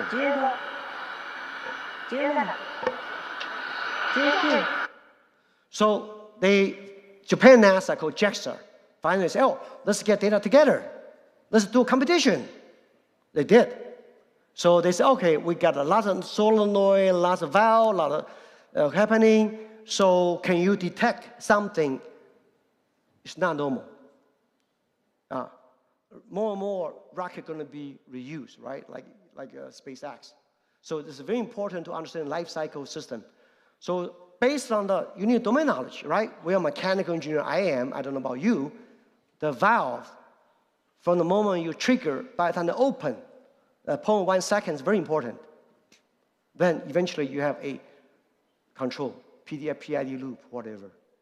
So if we take a dynamic time warping from the 0.1 second, you can quickly develop a good reference baseline. Then you have a similarity-based approach. So our team, 100%, number 1. Of course, team 2 is 9.94. Even 1% is not allowed, right? 0.1% even not allowed. Why? You're talking about aerospace. So my PhD student, he was sent by Komatsu, Japan for 5 years of PhD. 1 year ago, he didn't know anything but diesel engine. Now, he's a good data expert, especially machine learning, using non-traditional, right, the time. So previously, we worked with a Taiwan other company like Haiwan, Eric, right? So they demonstrated Industry 4.0 board school, 2016. And the Coulson machine, they had a soul. When they sell the machine to other, people have to start watching the machine, cost money. I say, can you remove the worry out? Finally, we use a self-organized map and eventually can predict. So that the company from 2013 ranked number 10 became number 1. And there's the sleep, from sleeping management, eventually how to analyze what the quality of sleep. All right. So I mean, there's a few examples. So finally, summary, big time. Highly connected system, like what we're talking about industry, lots of data, it's true. But we got to know how to select the usable data, right? Otherwise, you'll be buying all the expensive equipment. Probably you cannot save money. Number two, non-traditional machine learning, sometimes much useful, sometimes, not all the time, right? Depend on the knowledge domain you have. The similarity-based approach often can improve machine performance, right? But in a systematic way, you cannot do try and error. So one of the challenges of the future for AI industry is that 20 years later, 10 years later, how does young people going to maintain your software? Big problems. Big problems. I don't even know how you code. I couldn't even debug. Big problems. You need to have some life cycle system in place. Not forget about how true. So it's very important to. So one thing is that AI is the actual implementation with speed and scale and systematic approach, not try and error. So that's exactly what my center is. I train engineers. I'm teaching industrial AI. All my students have to do jet engine, battery, semiconductor, right? Pump. All students. I don't know. What? Do it. You do it, you have confidence. You know. So eventually, you have data, computer science, domain is a purpose. But discipline is a process. How you learn, how you do. It's not by surprise. Right? So of course, this is a book, probably 2 years ago, but it's time to revise again. With a lot of new stuff going on, it's true. So previously, I also published a few books in Taiwan. The first one is by Commonwealth, and the industrial big data, and also industrial AI. I think it's some good reference if you're interested. Finally, you can look at our website, get some more information. Okay, thank you for your time. Yeah. Thank you so much to Dr. Jay Lee. Dr. Lee, please remain on the stage. Thank you so much. 非常谢谢李杰博士非常精彩的分享哦，请李博士呢在舞台旁边稍后一下下哦，等一下呢就是我们最后的 Q&A 了。Having heard so much from our speakers today, Andrew, Mark, Sam, and also Jay, and also Professor Lin. Ladies and gentlemen, we're going to move on to the last session of the day, Q&A. 最后呢，我们要再次的有请所有的讲师哦，回到舞台上来，那看看我们现场的贵宾有什么样的问题。那先请这个博士可以就坐。Please take your seat on the stage, Dr. Jay Lee, and also our moderator, 林启宏校长，有请 Professor Lin Qihong. He's also joining us on the stage, and our keynote speaker, Dr. Andrew Ng. 有请文达博士 and Mark Chen from OpenAI. Please also join us on the stage. And of course, Sam Altman. Please also join us on the stage. 要有请 OpenAI 的创办人 Sam Altman 到台上来。Thank you so much. And we'd like to firstly go to the experts. Yeah, we got some experts joining us today. 那接下来想先请这个前方我们的这个专家区，今天有很多专家也来到现场，我们想先请这个专家来提问。Any questions from the experts? I can see 有看到台科大的卢锡鹏教授，是不是？我们请这个教授也来帮我们问个问题哦。We'd like to firstly go to Professor Xipeng Liu of National Taiwan University of Science and Technology. Professor Liu. Hi, Sam. May I ask you a question? Sure. Okay. I'm a professor in National Taiwan University of Science and Technology. And as you know, Taiwan is not big, or Taiwan is not big enough with limited resources. So I believe the AI positioning is equally important to the AI competence. So my question is, how should university focus on the AI instruction and the research to be best positioned in next 10 years, especially for universities in Taiwan? I can try, but I think Mark or Andrew would be better at that. Do you want to go first? Go for it. I think familiarity with the tools goes a long way. And then I also think that although it is still difficult for most universities to compete with the compute resources of the industrial efforts, we're heading into an era again where we've squeezed the easy juice out of scaling, and there's extremely important research to do from how we get to the current models to much more powerful things. So I think we're heading back into a period where research that will happen in universities will be critically important. Yeah, Andrew? Sure. Actually, I want to share something about one change that I'd love to see in the education system, not just universities, but also K through 12, which is I think everyone should learn to code. And I did not feel this way 2 years ago. But I think today, one thing that's changed about society is everyone has data. Big companies have data, small companies have data. Even a high school student running a biology experiment has data. And with generative AI and prompting, what Sam said about just tell a computer what you want, and then, maybe someday, not yet there today, but someday it'll just happen. But so the value to AI has gone up for individuals because everyone has data, and the barrier to getting it to work is lower than ever. So in my mind, just in the last year, I think it flipped, and I now believe that everyone, all K-12 students, I think it's worth getting everyone to learn to code just a little bit. A lot of programming classes send you down either the game development track or the web development track. The programming exercise are like build a game, but almost no one needs to build a video game. I mean, some people should, but not everyone. But I think almost everyone should in the future be empowered to use AI. So that's one change I'd love to see in education.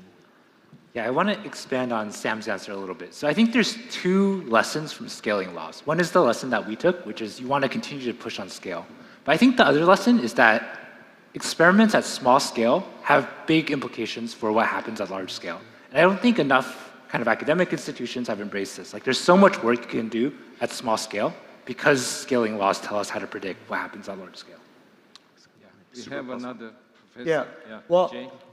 to us, right, there are several levels of, we're engineering, we're not computer science, right? So we teach AI. Principle, you can take many courses from other departments. Practice-based. So we use real data from industry. Open source, yes. For data challenge, yes. Then some company donate to us, like Seagate, yes. Then we use data to teach students how to do it. Third level, project-based. Some students say, you go to your lab, find your own data sets. A lot of people, they love algorithm. They have no idea how to get data. Hunt your own data, right? Go to company. Wow, and then you say, oh, geez, it's very difficult. Well, that's what the real life is. You cannot wait for data to come to you. The fourth level, professional. Teach other people to do 1, 2, 3. I go 4P, right? Principle-based, practice-based, project-based, and professional-based. 4P. Then you can teach other people to do 1, 2, 3. So in university, you should do 1, 2, at least. Maybe 3. Some intern, yes. Yeah, well, I have a related question to this. AI is like a huge magnet in the campus. We suck in all the young talents, like this guy here. So I just wonder, from your perspective, because the science and technology have to kind of advance in coordination. So, do you have any comments on this? I think it should be a huge magnet. I think the smartest, most ambitious young people are always pulled to the frontier. This is the frontier right now. There have been other frontiers in the past. There'll be other frontiers in the future. But I think it makes total sense that this is the magnet. And I think that's great. Because it's by concentrating all the talent when a new frontier opens that we figure out how to make all the progress. Yeah, so just follow your intuition. Don't fight it. Yeah, it's good. Yeah, okay. Mark? Yeah, not much to add to that. Much better AI magnet than finance or trading. Yeah. I can also extend that into the population literacy. I come from a healthcare background, so I know health literacy is very important if you really want to deliver good health or achieve good goals on this. Now, what about AI literacy? Do you think the population awareness, what's your comment on this? I mean, there's like 12-year-olds that can use ChatGPT more effectively than most adults. It's amazing. Mm-hmm. Like, this is a technology that I think is so intuitive to use that people grow up with it will come up to speed extremely quickly, and people who didn't grow up with it but use it for the first time, with just a little bit of effort, can still figure it out quickly. Developing the core models, that still is going to take a lot of expertise and, you know, like a lifetime of focus, but using the tools, and I think this is the trend of technology. Computing gets easier and more intuitive over time. If you think back about like when we had to program computers with punch cards, that's pretty bad. Command line, not much better. The like first GUI, pretty good. Touch phone, like even better. But a model, like a computer you can just talk to, a language interface, even better. And so I think it's just gonna like spread super fast. Yeah. Jay, do you have comments on this? Well, I think the model itself, right, always continuously improve. But I think we need to also learn how to integrate as a broken domain knowledge to enhance the model. Okay. Andrew? Yeah, no, actually, I think I read some stats about what percentage of Americans have tried ChatGPT? A lot. I don't know the number. But so I was wondering, I felt like it was a lot. But I was wondering, how come there's still people that haven't tried it yet? Like, let's get them all to try out the large language models. If any of you haven't done so yet, tried out the large language models, I would just jump in and try it. I think I can promise on behalf of OpenAI probably that you won't break OpenAI software no matter what you type into it. So just try it and get familiar with it. Is that okay if I promise that? It's probably fine, yeah. Okay. And if you do break it, we want to hear about it. Yeah. So Mark, in your family members, have you done a survey that what's the proportion of them know about ChatGPT and actually use them? Oh yeah, they're definitely early adopters. Yeah, we have partner programs within the company where friends and family they try out our models first, and yeah, they're very happy users. Okay, all right. So maybe we should move to the next one. Yeah. Okay. I think your microphone is now.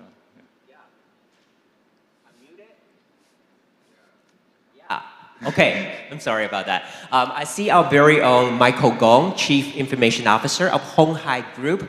So maybe Michael, you also have a question? 那接下来我们想要请我们鸿海的资讯长洪培元资讯长也帮我们提一个问题。Yeah, I think the question is to all the masters. As you all talk about the generative AI and so pervasive into daily business life, what are the most significant ways of hardware and the compute will shape the future of large language models and their capabilities? And also, what do you anticipate the hardware lips will be in the next 5 to 10 years for large language models? Maybe Mark, I'll save you to the last, okay? Start from the youngest. Oh, I really think Sam's the right person to answer this. About hardware? Yeah.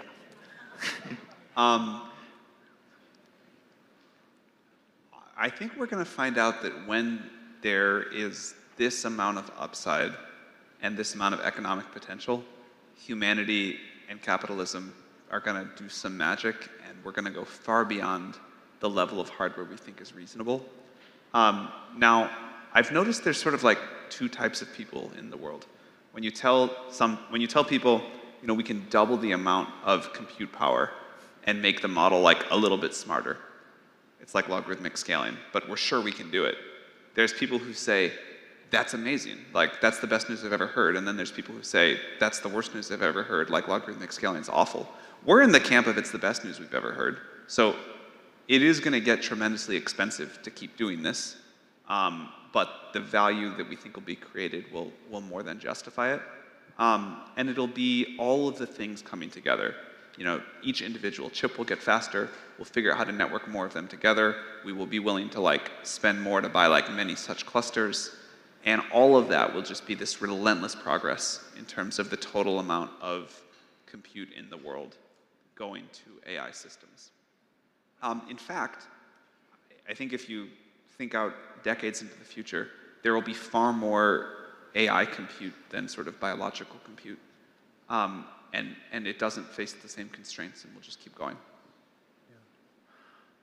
Let me comment on, I agree with what Sam said for the long term. Let me comment a little bit on the short term, since I think this directly affects parts of the Taiwanese economy as well. So what I'm seeing is that over the last few years, there's been massive capital investments on GPUs for training large language models. And this is well and good, because I think we're in a research expansionary phase where many teams are coming up with better ways to develop these models. So massive investments in the most powerful GPUs, the A100s, H100s, AMD's MI250, MI300, which, by the way, are actually getting pretty good. So keep an eye on AMD as well. And then I think that for these capital investments to pay off, which I'm confident they will, we have to be doing more work on inference as well. So I see workload changing. Having said that, the amount we keep on pouring into training just keeps on growing, and that's why we spend so much investments on training, because this field just keeps on getting bigger and bigger. So I think that would be an exciting shift. As just now Mark mentioned scaling laws. So my old team at Baidu had done some early work in scaling laws. OpenAI did fantastic research on scaling laws. But there's this phenomenon that's really robust, that if you just make the darn computers bigger and throw more data at it, it just gets better and better. And I don't think we've yet exhausted that recipe for making AI systems. And I remember 6, 7 years ago, some folks in NVIDIA asked me, hey, Andrew, if we keep making GPUs faster, will people use it? I said, don't worry about it. Just keep making them faster. We'll use all the compute. And I still feel that way today. If anyone has a way to just get us more compute, we will find a way to use them up. Okay, Jay? Yeah, I mean, certainly we can see the ChatGPT generative AI is a platform. It will evolve over time. We also see vertical, right? Many verticals, like if you're talking about hospital verticals, field management verticals, even the mobility verticals, you are going to have a lots of personal assistant in all kinds, right? Some are image-oriented, some are data-rich environment, some even from sensors. Eventually will be multi-integrated, called the personal system level. I think that's going to happen. It's happening already. Yeah, it will more. Yeah. Okay, so now we have a question from a small entrepreneur. Yeah, I think we have one question from Appier. We got Zhi Hanyu, the founder of Appier, here with us today. 佩欣的创办人，游志汉创办人。 Thank you all for a very inspiring sharing from all speakers. Similar to Sam, Andrew was also my professor back 20 years ago. So it was very inspiring to hear your talk again. And so my question actually from your talk. So you draw a lot of circle about supervised learning and also generative AI and unsupervised learning, and you give very precise projection about how you will grow for the next 3 years. But as an entrepreneur, we always want more. So we always want to grow more. So what are the critical factors in your mind that we can illustrate that grow beyond your current projections? What are the critical factors in each of the circles? Especially, I think OpenAI play a very important role, especially in generative AI part. So love to hear all of your opinions about the future growth of AI. Let me share one thing that's annoyingly slow. I wish this is a bottleneck, and this is why when supervised learning started to work 10 years ago, it took us decades. It took us 1 decade, and we're still not yet done finding all the ways to apply it. Now that generative AI, thanks to Sam and others, are working really well, it would take annoyingly long to figure out all the things to which we could apply it. It's one recipe that AI Fund has found. We like to find subject matter experts that deeply understand the domain to come to us with a concrete idea. So for example, the shipping example, that was when Mitsui came and they said, hey Andrew, you should apply AI to predict shipping fuel to optimize shipping logistics. Now in contrast, we've learned to not engage if someone comes with a vague idea. Someone says, hey Andrew, you should apply AI to financial services. I'm not an expert in financial services, so I don't know what to do with that. So I think part of the process that will take us many years, much longer than I wish, I think it'll be this process of subject matter experts in all sorts of industries, learning a little bit about AI, and then developing those ideas, and then finding an AI build team, like my team or other teams, to work together to build them. There's one silver lining, which is because of the widespread attention on AI, I find that I do run into subject matter experts that know an industry and have thought deeply about it for months or even 1 or 2 years, that sometimes already have a concrete idea, but they just never had a build partner to work with them. And when an AI team and they get together and we hear that idea, sometimes we can make progress very rapidly. But because AI has to go into so many industries and so many applications yet, I think it's going to take us a long time to figure out and build those use cases. So that's why I think of an exciting decade ahead of us. Yeah, comments on this subject? Well, Andrew was saying it's important that customer or industry people come to you, right, to provide those opportunities. But we often see those cut across the common issues. And that's why we work industry in 2 different ways. One is common issues, and another one is vertical, specific issues. I think those common issues allow you to develop some areas nobody have done before, right? For example, we'll try the different type of domain adaptation for high-speed application, for example. But of course, when you specific issue, say, I'm going to work for an aerospace, that's a very specific one. That's different. So I think both sides give us a good rethinking process, right? How to select, even optimize. Sometimes we develop competing algorithms, not only the best one, several good ones. They may work on different conditions. Not only one, several competing, we call, yes. So I mean, it's interactive, interaction with industry is very important, yeah, to improve the AI development. Yeah. Okay, Sam, you agree upon what your advisors just said? You know, in the first year on our platform, back in the GPT-3 days, I think there were $2 billion companies that got built like really on top of the platform. In the second year, there were a lot more, and in this third year, we've lost track. So it's really happening fast, like industry after industry, brand new startups, companies that had been around for a while. One of the most fun stories for us is like companies that had been around for a while, weren't working, were able to just plug in the API without a lot of technical expertise of AI. All of a sudden, it all started working, and like, boom, they're like these massive companies. So the thing that I would say is, it's not speculative, it's not about the future. About the future, like, no one knows what happens next. I believe that, you know, we could all be wrong here. We could hit some research wall, or it could all go way faster than we think. But if we just talk about what's happening now, people are building incredibly valuable companies with products and services people love. And my very strong belief is that that is just going to accelerate every year. Mark, yeah, agree upon your boss? Yeah, I guess I can talk a little bit about a slightly different dimension. Like, how do we accelerate generative AI from the research side? And I think from OpenAI's perspective, there's no one single bet that we put all of the eggs in a basket. So we really kind of orient the company towards improving generative AI through this principle we call multiplication. And it's really everything coming together. Some teams work on architecture, some work on optimization, some work on data. We think all of these things multiplied together, it's going to be some big coefficient that's going to push generative AI. Yeah. Can I add to that? GPT-1 was basically a one-person project, pretty much. GPT-4 was our entire company, hundreds of people working together. Like, one thing we do differently from other AI efforts is we just try to say, we're all going to do this thing. You're going to contribute this way. You're going to contribute this way. Your thing might not work. That's fine. But we all kind of like point at the same goal, and we try to get this multiplicative effect. And I think that is still very poorly understood about how progress gets made in the field. The ideas start small, but to really get them to work requires an enormous amount of coordinated effort, and it multiplies. Okay. Now, the next question move to the healthcare domain. 好，那我们今天呢也有台大癌症医院的陈建宏副院长来到现场，是也请副院长呢帮我们提问。And next, we'd like to go to Dr. Jianhong Chen, Deputy Superintendent of National Taiwan University Cancer Center.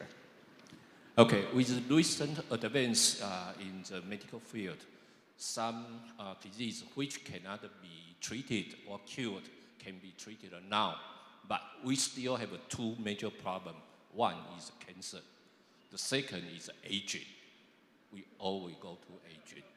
So can you elaborate more on how AI can specifically contribute to the healthcare industry, especially on the cancer and the aging? Thank you.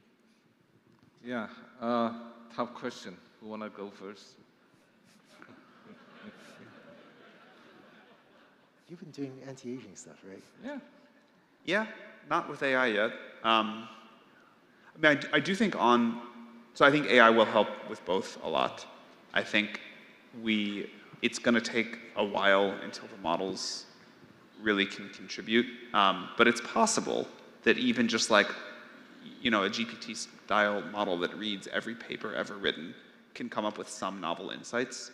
But I think we have to develop some new ideas, and certainly like a model that has much more ability to think about physics and chemistry and biology than the models do today, and the ability to run experiments.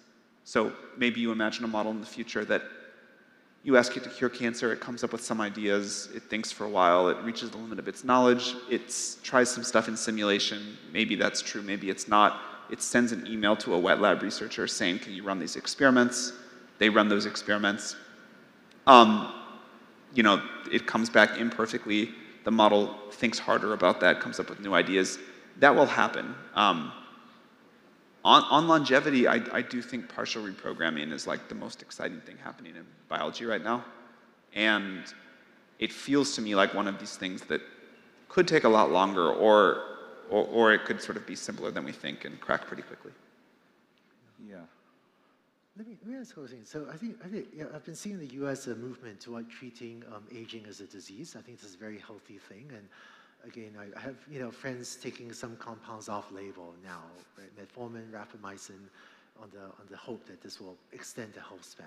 So exciting progress.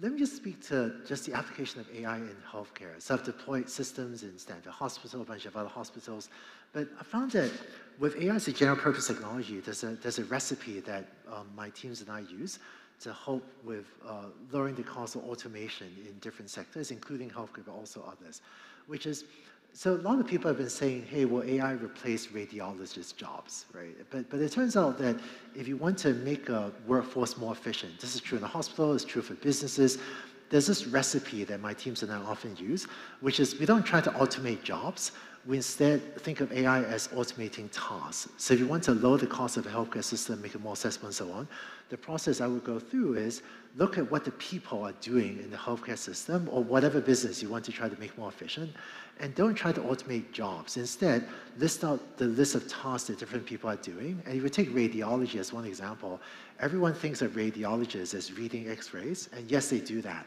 But they also communicate with patients, they also manage the radiology machines, they also have record keeping, they also have administrative work, they train more junior radiologists. And I found that the exercise of going through your workforce, listing out the tasks that they do, and then one at a time, seeing which of these tasks are amenable to automation via AI or augmentation via AI, often that leads to exciting ideas. And often it's not the most obvious idea. So radiologists, they do read x-rays. That turns out to be pretty difficult to fully automate. But we looked at, for example, other things that doctors do. Maybe I shouldn't say what exactly we're doing. But it turns out there are other tasks that doctors do or nurses do that could be easier to automate. I found this type of process useful for going into business, health or otherwise, to identify valuable opportunities for AI. Yeah, Jay? Yeah, I cannot answer the aging problem, but the cancer, I think, in the material science, right, old days, from the moment we invented material, by the time we physically deploy them, 15 years from the past, like composite, additive manufacturing. When I worked at NSF, the 1980s, we found lots of additive manufacturing. But until 2000, start realizing, 20 years actually. Now, in drug, in cancer, there are lots of unknown world you and I don't understand. Even doctors sometimes, they don't understand, of course. So computationally, we need some way to improve, accelerate drug development, even the cancer development. That's very important, right? So NSF support computational material development, Air Force does, and many agency does. FDA, I'm pretty sure NIH, they are pretty keen in doing this kind of stuff. I think certainly it's a good opportunity. Yeah. Yeah, Mark, can I ask you the flip side of that question, which is now the patient often come to the hospital equipped with AI and ChatGPT, and well, with that level, the doctor-patient relationship are right now very different from at least what I'm familiar with before. So, Yeah, maybe just first to touch on that question briefly. I think we've seen a lot of advances over the last few years of AI in modeling dynamical systems and physical systems. And I do think, maybe an early proof of concept is AlphaFold. And these kind of things can really help us, guide the development of therapeutics for things like cancer. And yeah, in terms of how, something like ChatGPT could change, like a patient-client relationship, yeah, I mean, it would be great if it just kind of allows you to access medical care at any time, right? Like it has the history of kind of what you've experienced. Maybe it has latents about kind of your mood, your kind of what kind of pain you're experiencing, and yeah, you don't really need to even schedule an appointment for you to get care. Yeah, this is I would say deep water area.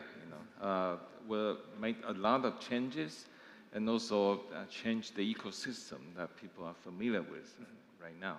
Yeah, both on the from the service providing side and also on the receiving side. Okay. All right. So I guess we have another one. Yeah, I think we can go to the experts for one more, and then we can move on to the audiences to see if there are a couple of more questions. Okay. Also here with us we have Dr. Renjie Wu of the Taipei Medical University Hospital. 那同时呢，我们今天在现场的也有台北医学院的吴仁杰医师，是请医师也问个问题，谢谢。Hello, hello everyone. I'm actually not an expert at all, but I'm primary care doctor working in the emergency department, and I also do some medical education work. And we know that there's a lot of research teams started working on how to use AI to labeling, like you mentioned, X-ray or even CT scanning, MRI, ECG to recognize pathology patterns. So I want to ask kind of like a following question according to the previous one, just like how do you guys like imagine the future of healthcare with AI, and how do doctors or people who are seeking for medical care, how do they use AI? And another would be like, what's the potential that Taiwan could do in this industry? Yes. I was in Singapore a few weeks ago, about a month and a half ago, and I was pretty impressed by a piece of AI that was already deployed in National University Hospital, where if a patient goes in with pneumonia, sometimes the doctor says, oh, I think this patient will be in my hospital for 3 days, but the AI may say, no, I think this patient will be there for 15 days, and this causes the doctor to say, oh, wait, did I miss something? And this is changing the conversation already in some of the healthcare scenarios in Singapore. The reason this was deployed in Singapore, but I've not seen anything like this yet in the United States, is because of the cleanliness of the data. Your universal patient ID, the data is very clean, and so the speed of deployment was much faster in Singapore, in this example, than the United States. I think Taiwan could have those opportunities as well, and I know Yonglin Foundation does a lot of work in healthcare as well, but I feel like, as a well-run democratic country with a good healthcare system, I think there could be things that could be faster to take the market here. I would love to see a future where AI-enabled healthcare gives everyone access to the best doctor, and doctors can spend more time in patient care and build more empathy, rather than giving us 15 minutes, well, in the US, not sure about Taiwan, where we're going to see a doctor. But imagine if every one of us had access to the best doctor ever, that they've read every single research paper. I think healthcare could be made much better. Okay. Any other comments on this? Okay. So thank you very much. Maybe we should... Yeah, before we go to the audience questions, we just asked the people to do a little poll with us. earlier today, and we got the results right now, and we'd like to share it with you. Regarding what do you think, and how do you make of an AI-enabled future world? We got up to 84% of people think they are very, very positive and also optimistic about it, and only 5% is pessimistic about it, and another 11% of people think that it's very difficult to predict. Okay? 那根据这个 AI 形塑的未来世界，84%的我们今天的朋友们都觉得非常乐观哦，然后11%觉得很难预测。And also regarding whether or not Taiwan has a competitive advantage in the race of AI, we got about 50-50. 50% of people think that Taiwan can become the front runner, and another 50% of people think that Taiwan has to work very hard and to fight for its own place in this competition. Can we hold on this? I'm just curious. Have you heard some sort of, such kind of poll in the past experience, the acceptance of AI or ChatGPT among the general population? I haven't heard one like that, but I was very happy to hear how high the optimistic number was. This is I agree. Taiwan. I'm just curious, what about in the States? I don't know. We'll try one. Do you have any clue? Or Andrew, Jay? Made of poll?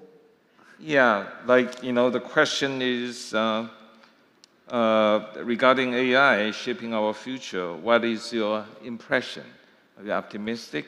Or you said this is going to be a disaster?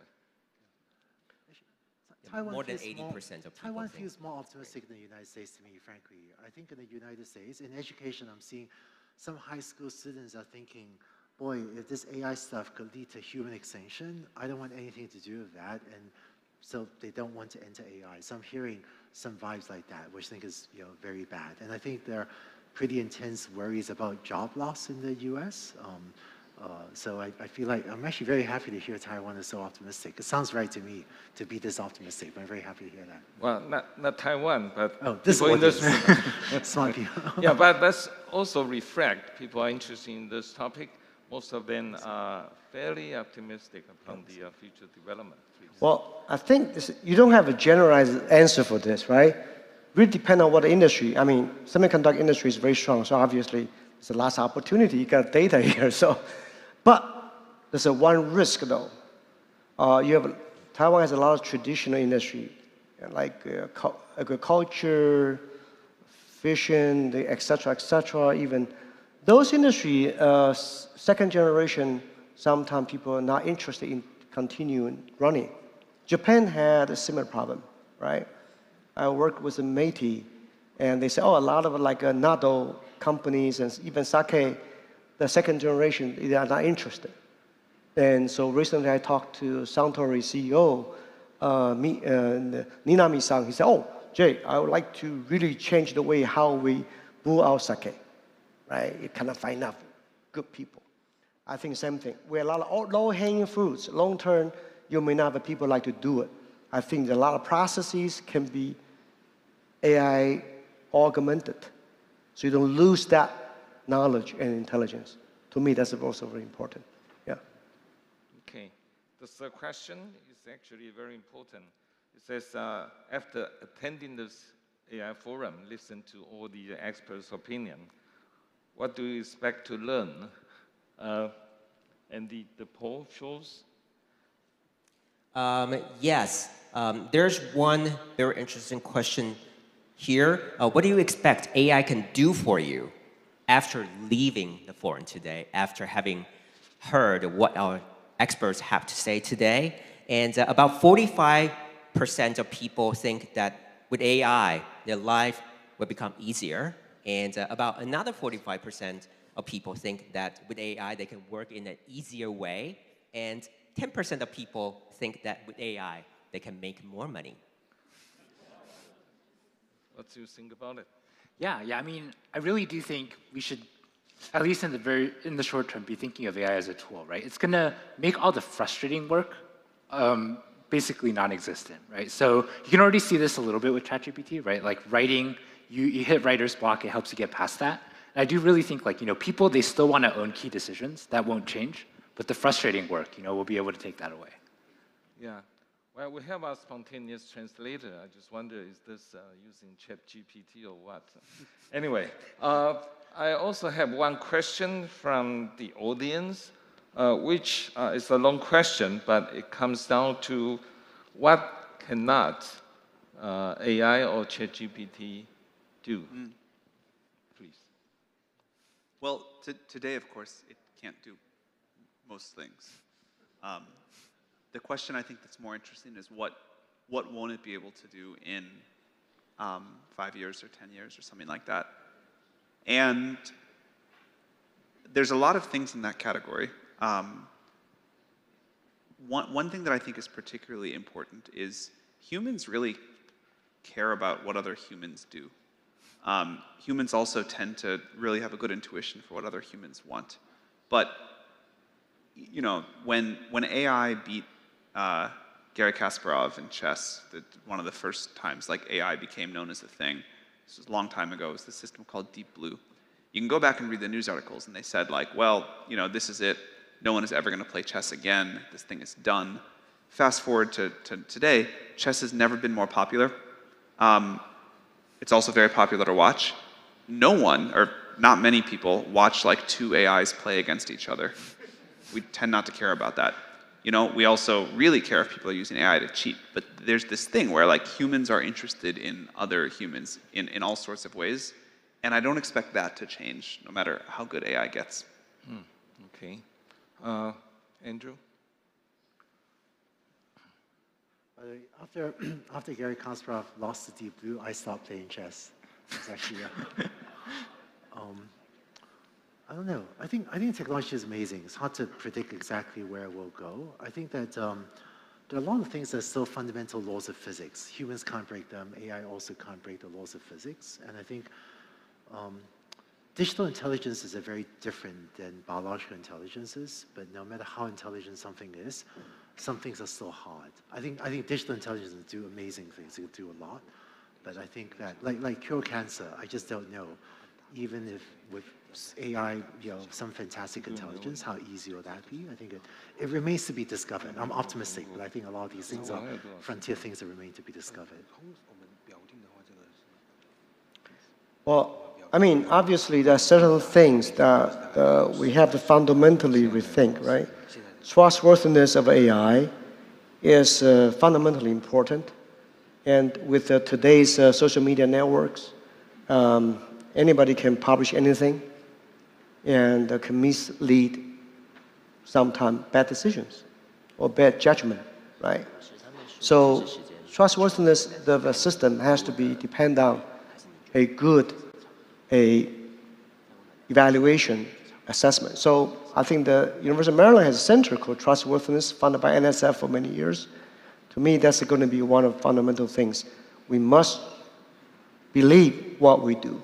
But how can we trust what AI does? That's another problem, right? Second thing is that we also have to look at when AI, should not never to hurt people, right? So I'm not just from physically, from feeling, from emotion, and whatever. So which means human beings need to also increase our own knowledge, judgment, to evaluate what is the AI society should be, right?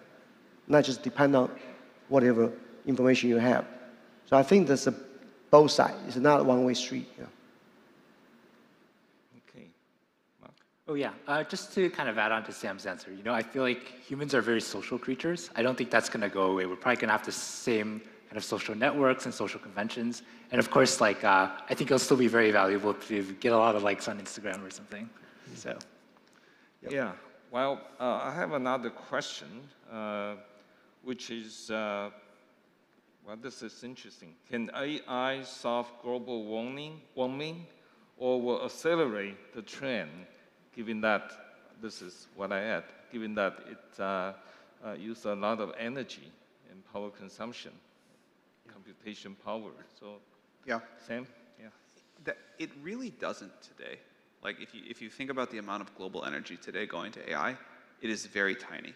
It will ramp up, as mentioned earlier, we'll be on something non-carbon based by then. And yeah, I think AI will help us figure out how to pull the carbon out of the air or safely do geoengineering or something else. I think it's important to take climate change really seriously, but I also think we're going to get this solved.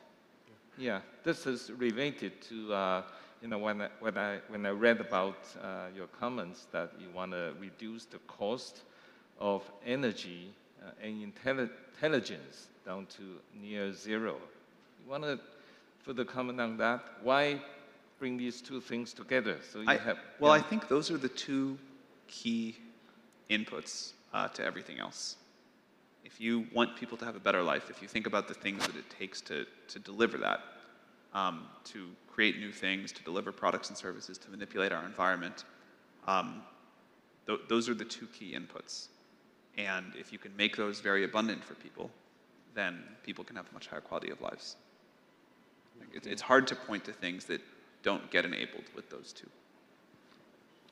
You know, I want to address that perception that AI generates a lot of carbon emissions.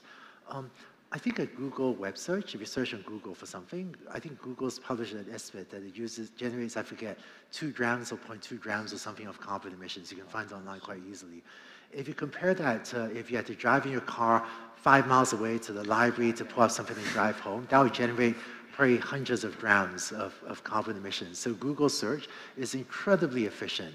The only reason why Google's data centers in aggregate seem to generate a lot of carbon emissions is because so many people find it so valuable that a lot of people use it. But it's actually very efficient. So I think ChatGPT, most AI systems, they're actually much better in terms of carbon emissions than most alternatives. The reason they do generate carbon emissions is because so many people use it. Now, I'm not saying we shouldn't take the carbon emissions from data centers seriously. We all do, and this is why we work really hard to optimize the carbon emissions of data centers. But because of the concentration of compute in data centers, that gives better levers as well to reduce carbon emissions compared to, frankly, if the substitute to Google was all of us driving our cars to libraries, that's actually much harder to make more efficient. And then I think, Sam mentioned geoengineering. When I look at the state of the climate, I think we should put much more work into studying climate geoengineering, specifically high-altitude aerosol injection to spray aerosols at high altitudes to reflect more sunlight to slow down the cooling of the planet.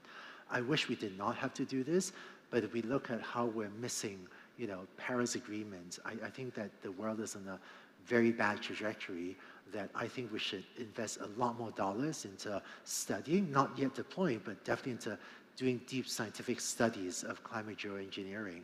And I believe that AI, if we have to deploy this, we'll need a fleet of AI-powered drones to deploy this, and there's also a lot of work to be done in AI-powered climate modeling. So I think AI has a big role to play in reducing climate change, and I do think we're past the point where we should take geoengineering much more seriously than we have so far. Jane? Yeah, I mean, global warming is a fact, right? It's always there. I think fundamentally we think it's awareness. Yeah, I know, everyone knows. Now you have to analyze where, why, and to avoid, reduce. So I met former Vice President Al Gore at Davos this year, early January. He has a foundation, right? So he can show, you go to his website, you can see exactly every place, every location, how this carbon generation, the map, right? So, of course, the truth is, one day, it has to be evidence-based. The government can tax you based on exactly how you generate, right? So again, the data you generate from each facility, even household, right? Each factory. Today, it's a regulation, it's a policy, incentives, penalty, right? So, and not evidence-based. I think AI going to drive more and more evidence-based. Yeah, to take a more serious action to do it, to me. Yeah. Okay, I got question pouring in continuously, but because of the time, I'm going to take the last one. This, I I can only repeat it. I don't know the meaning. What should we address the issue of LLM hallucinations? You understand? Sure, I can take it. Yeah. So yeah, this is a very difficult problem, just to begin with. So sometimes, LLMs will say incorrect information when you ask, give it a prompt. What's LLM? Oh, large language models. Yeah, like ChatGPT. So I think this is a byproduct of a couple of things, right? One, there's kind of unfactual information on the internet, right? And we're modeling that. And it's so oftentimes hard to tell. There are pieces of information where you can't cleanly classify something as factual or not. The second thing is, of course, the models, they don't see a lot of data where someone actually explicitly writes down, I don't know. Because usually if you don't know something, you wouldn't waste the time to write it down. So the models actually feels a lot of pressure to make forward progress and confidently declare an answer. The third thing, so one thing that we're doing to help, of course, we have a tool called reinforcement learning from human feedback. This is something where we've shown that it reduces the rate of hallucinations just by not defining explicitly what a hallucination is, but by just having humans label like, oh, this is what I prefer over this other response. Another thing we're doing is browsing, which actually grounds our model in a factual repository, right? When you issue a query, we can go on the internet and search for relevant results and cite our sources. So I think that's going to go a long way too. Yeah. That was great. Okay. So with all that, I would like to, thanks all the panelists and all the questions raised by the audience. It's so fantastic. I enjoy a lot this afternoon. Thank you very much. Thank you. Thank you. Ladies and gentlemen, put your hands once again for Professor Lin, Andrew Ng, Jay Lin, Mark Chen, and Sam Altman. 再次给他们一个热烈的掌声，谢谢。Thank you so much. With that, we wrap up the AI Master Forum today. Thank you so much to our speakers for their valuable input, and thank you so much for your participation. 那么今天的 AI 大师论坛呢，就到这边告一段落。谢谢各位贵宾的参与哦。那请各位贵宾在离场之前呢，把识别证翻过来，扫描识别证背面的 QR code， 帮我们填写问卷。谢谢各位贵宾的参与。Please scan the QR code on the back of your badge and fill out the questionnaire for us online. We value your opinions a lot. We thank you again for your participation. 那如果有借口译设备的贵宾，也请您记得要归还到服务台 and do not forget to return the headsets. Thank you once again and have a great evening, everybody. Thank you.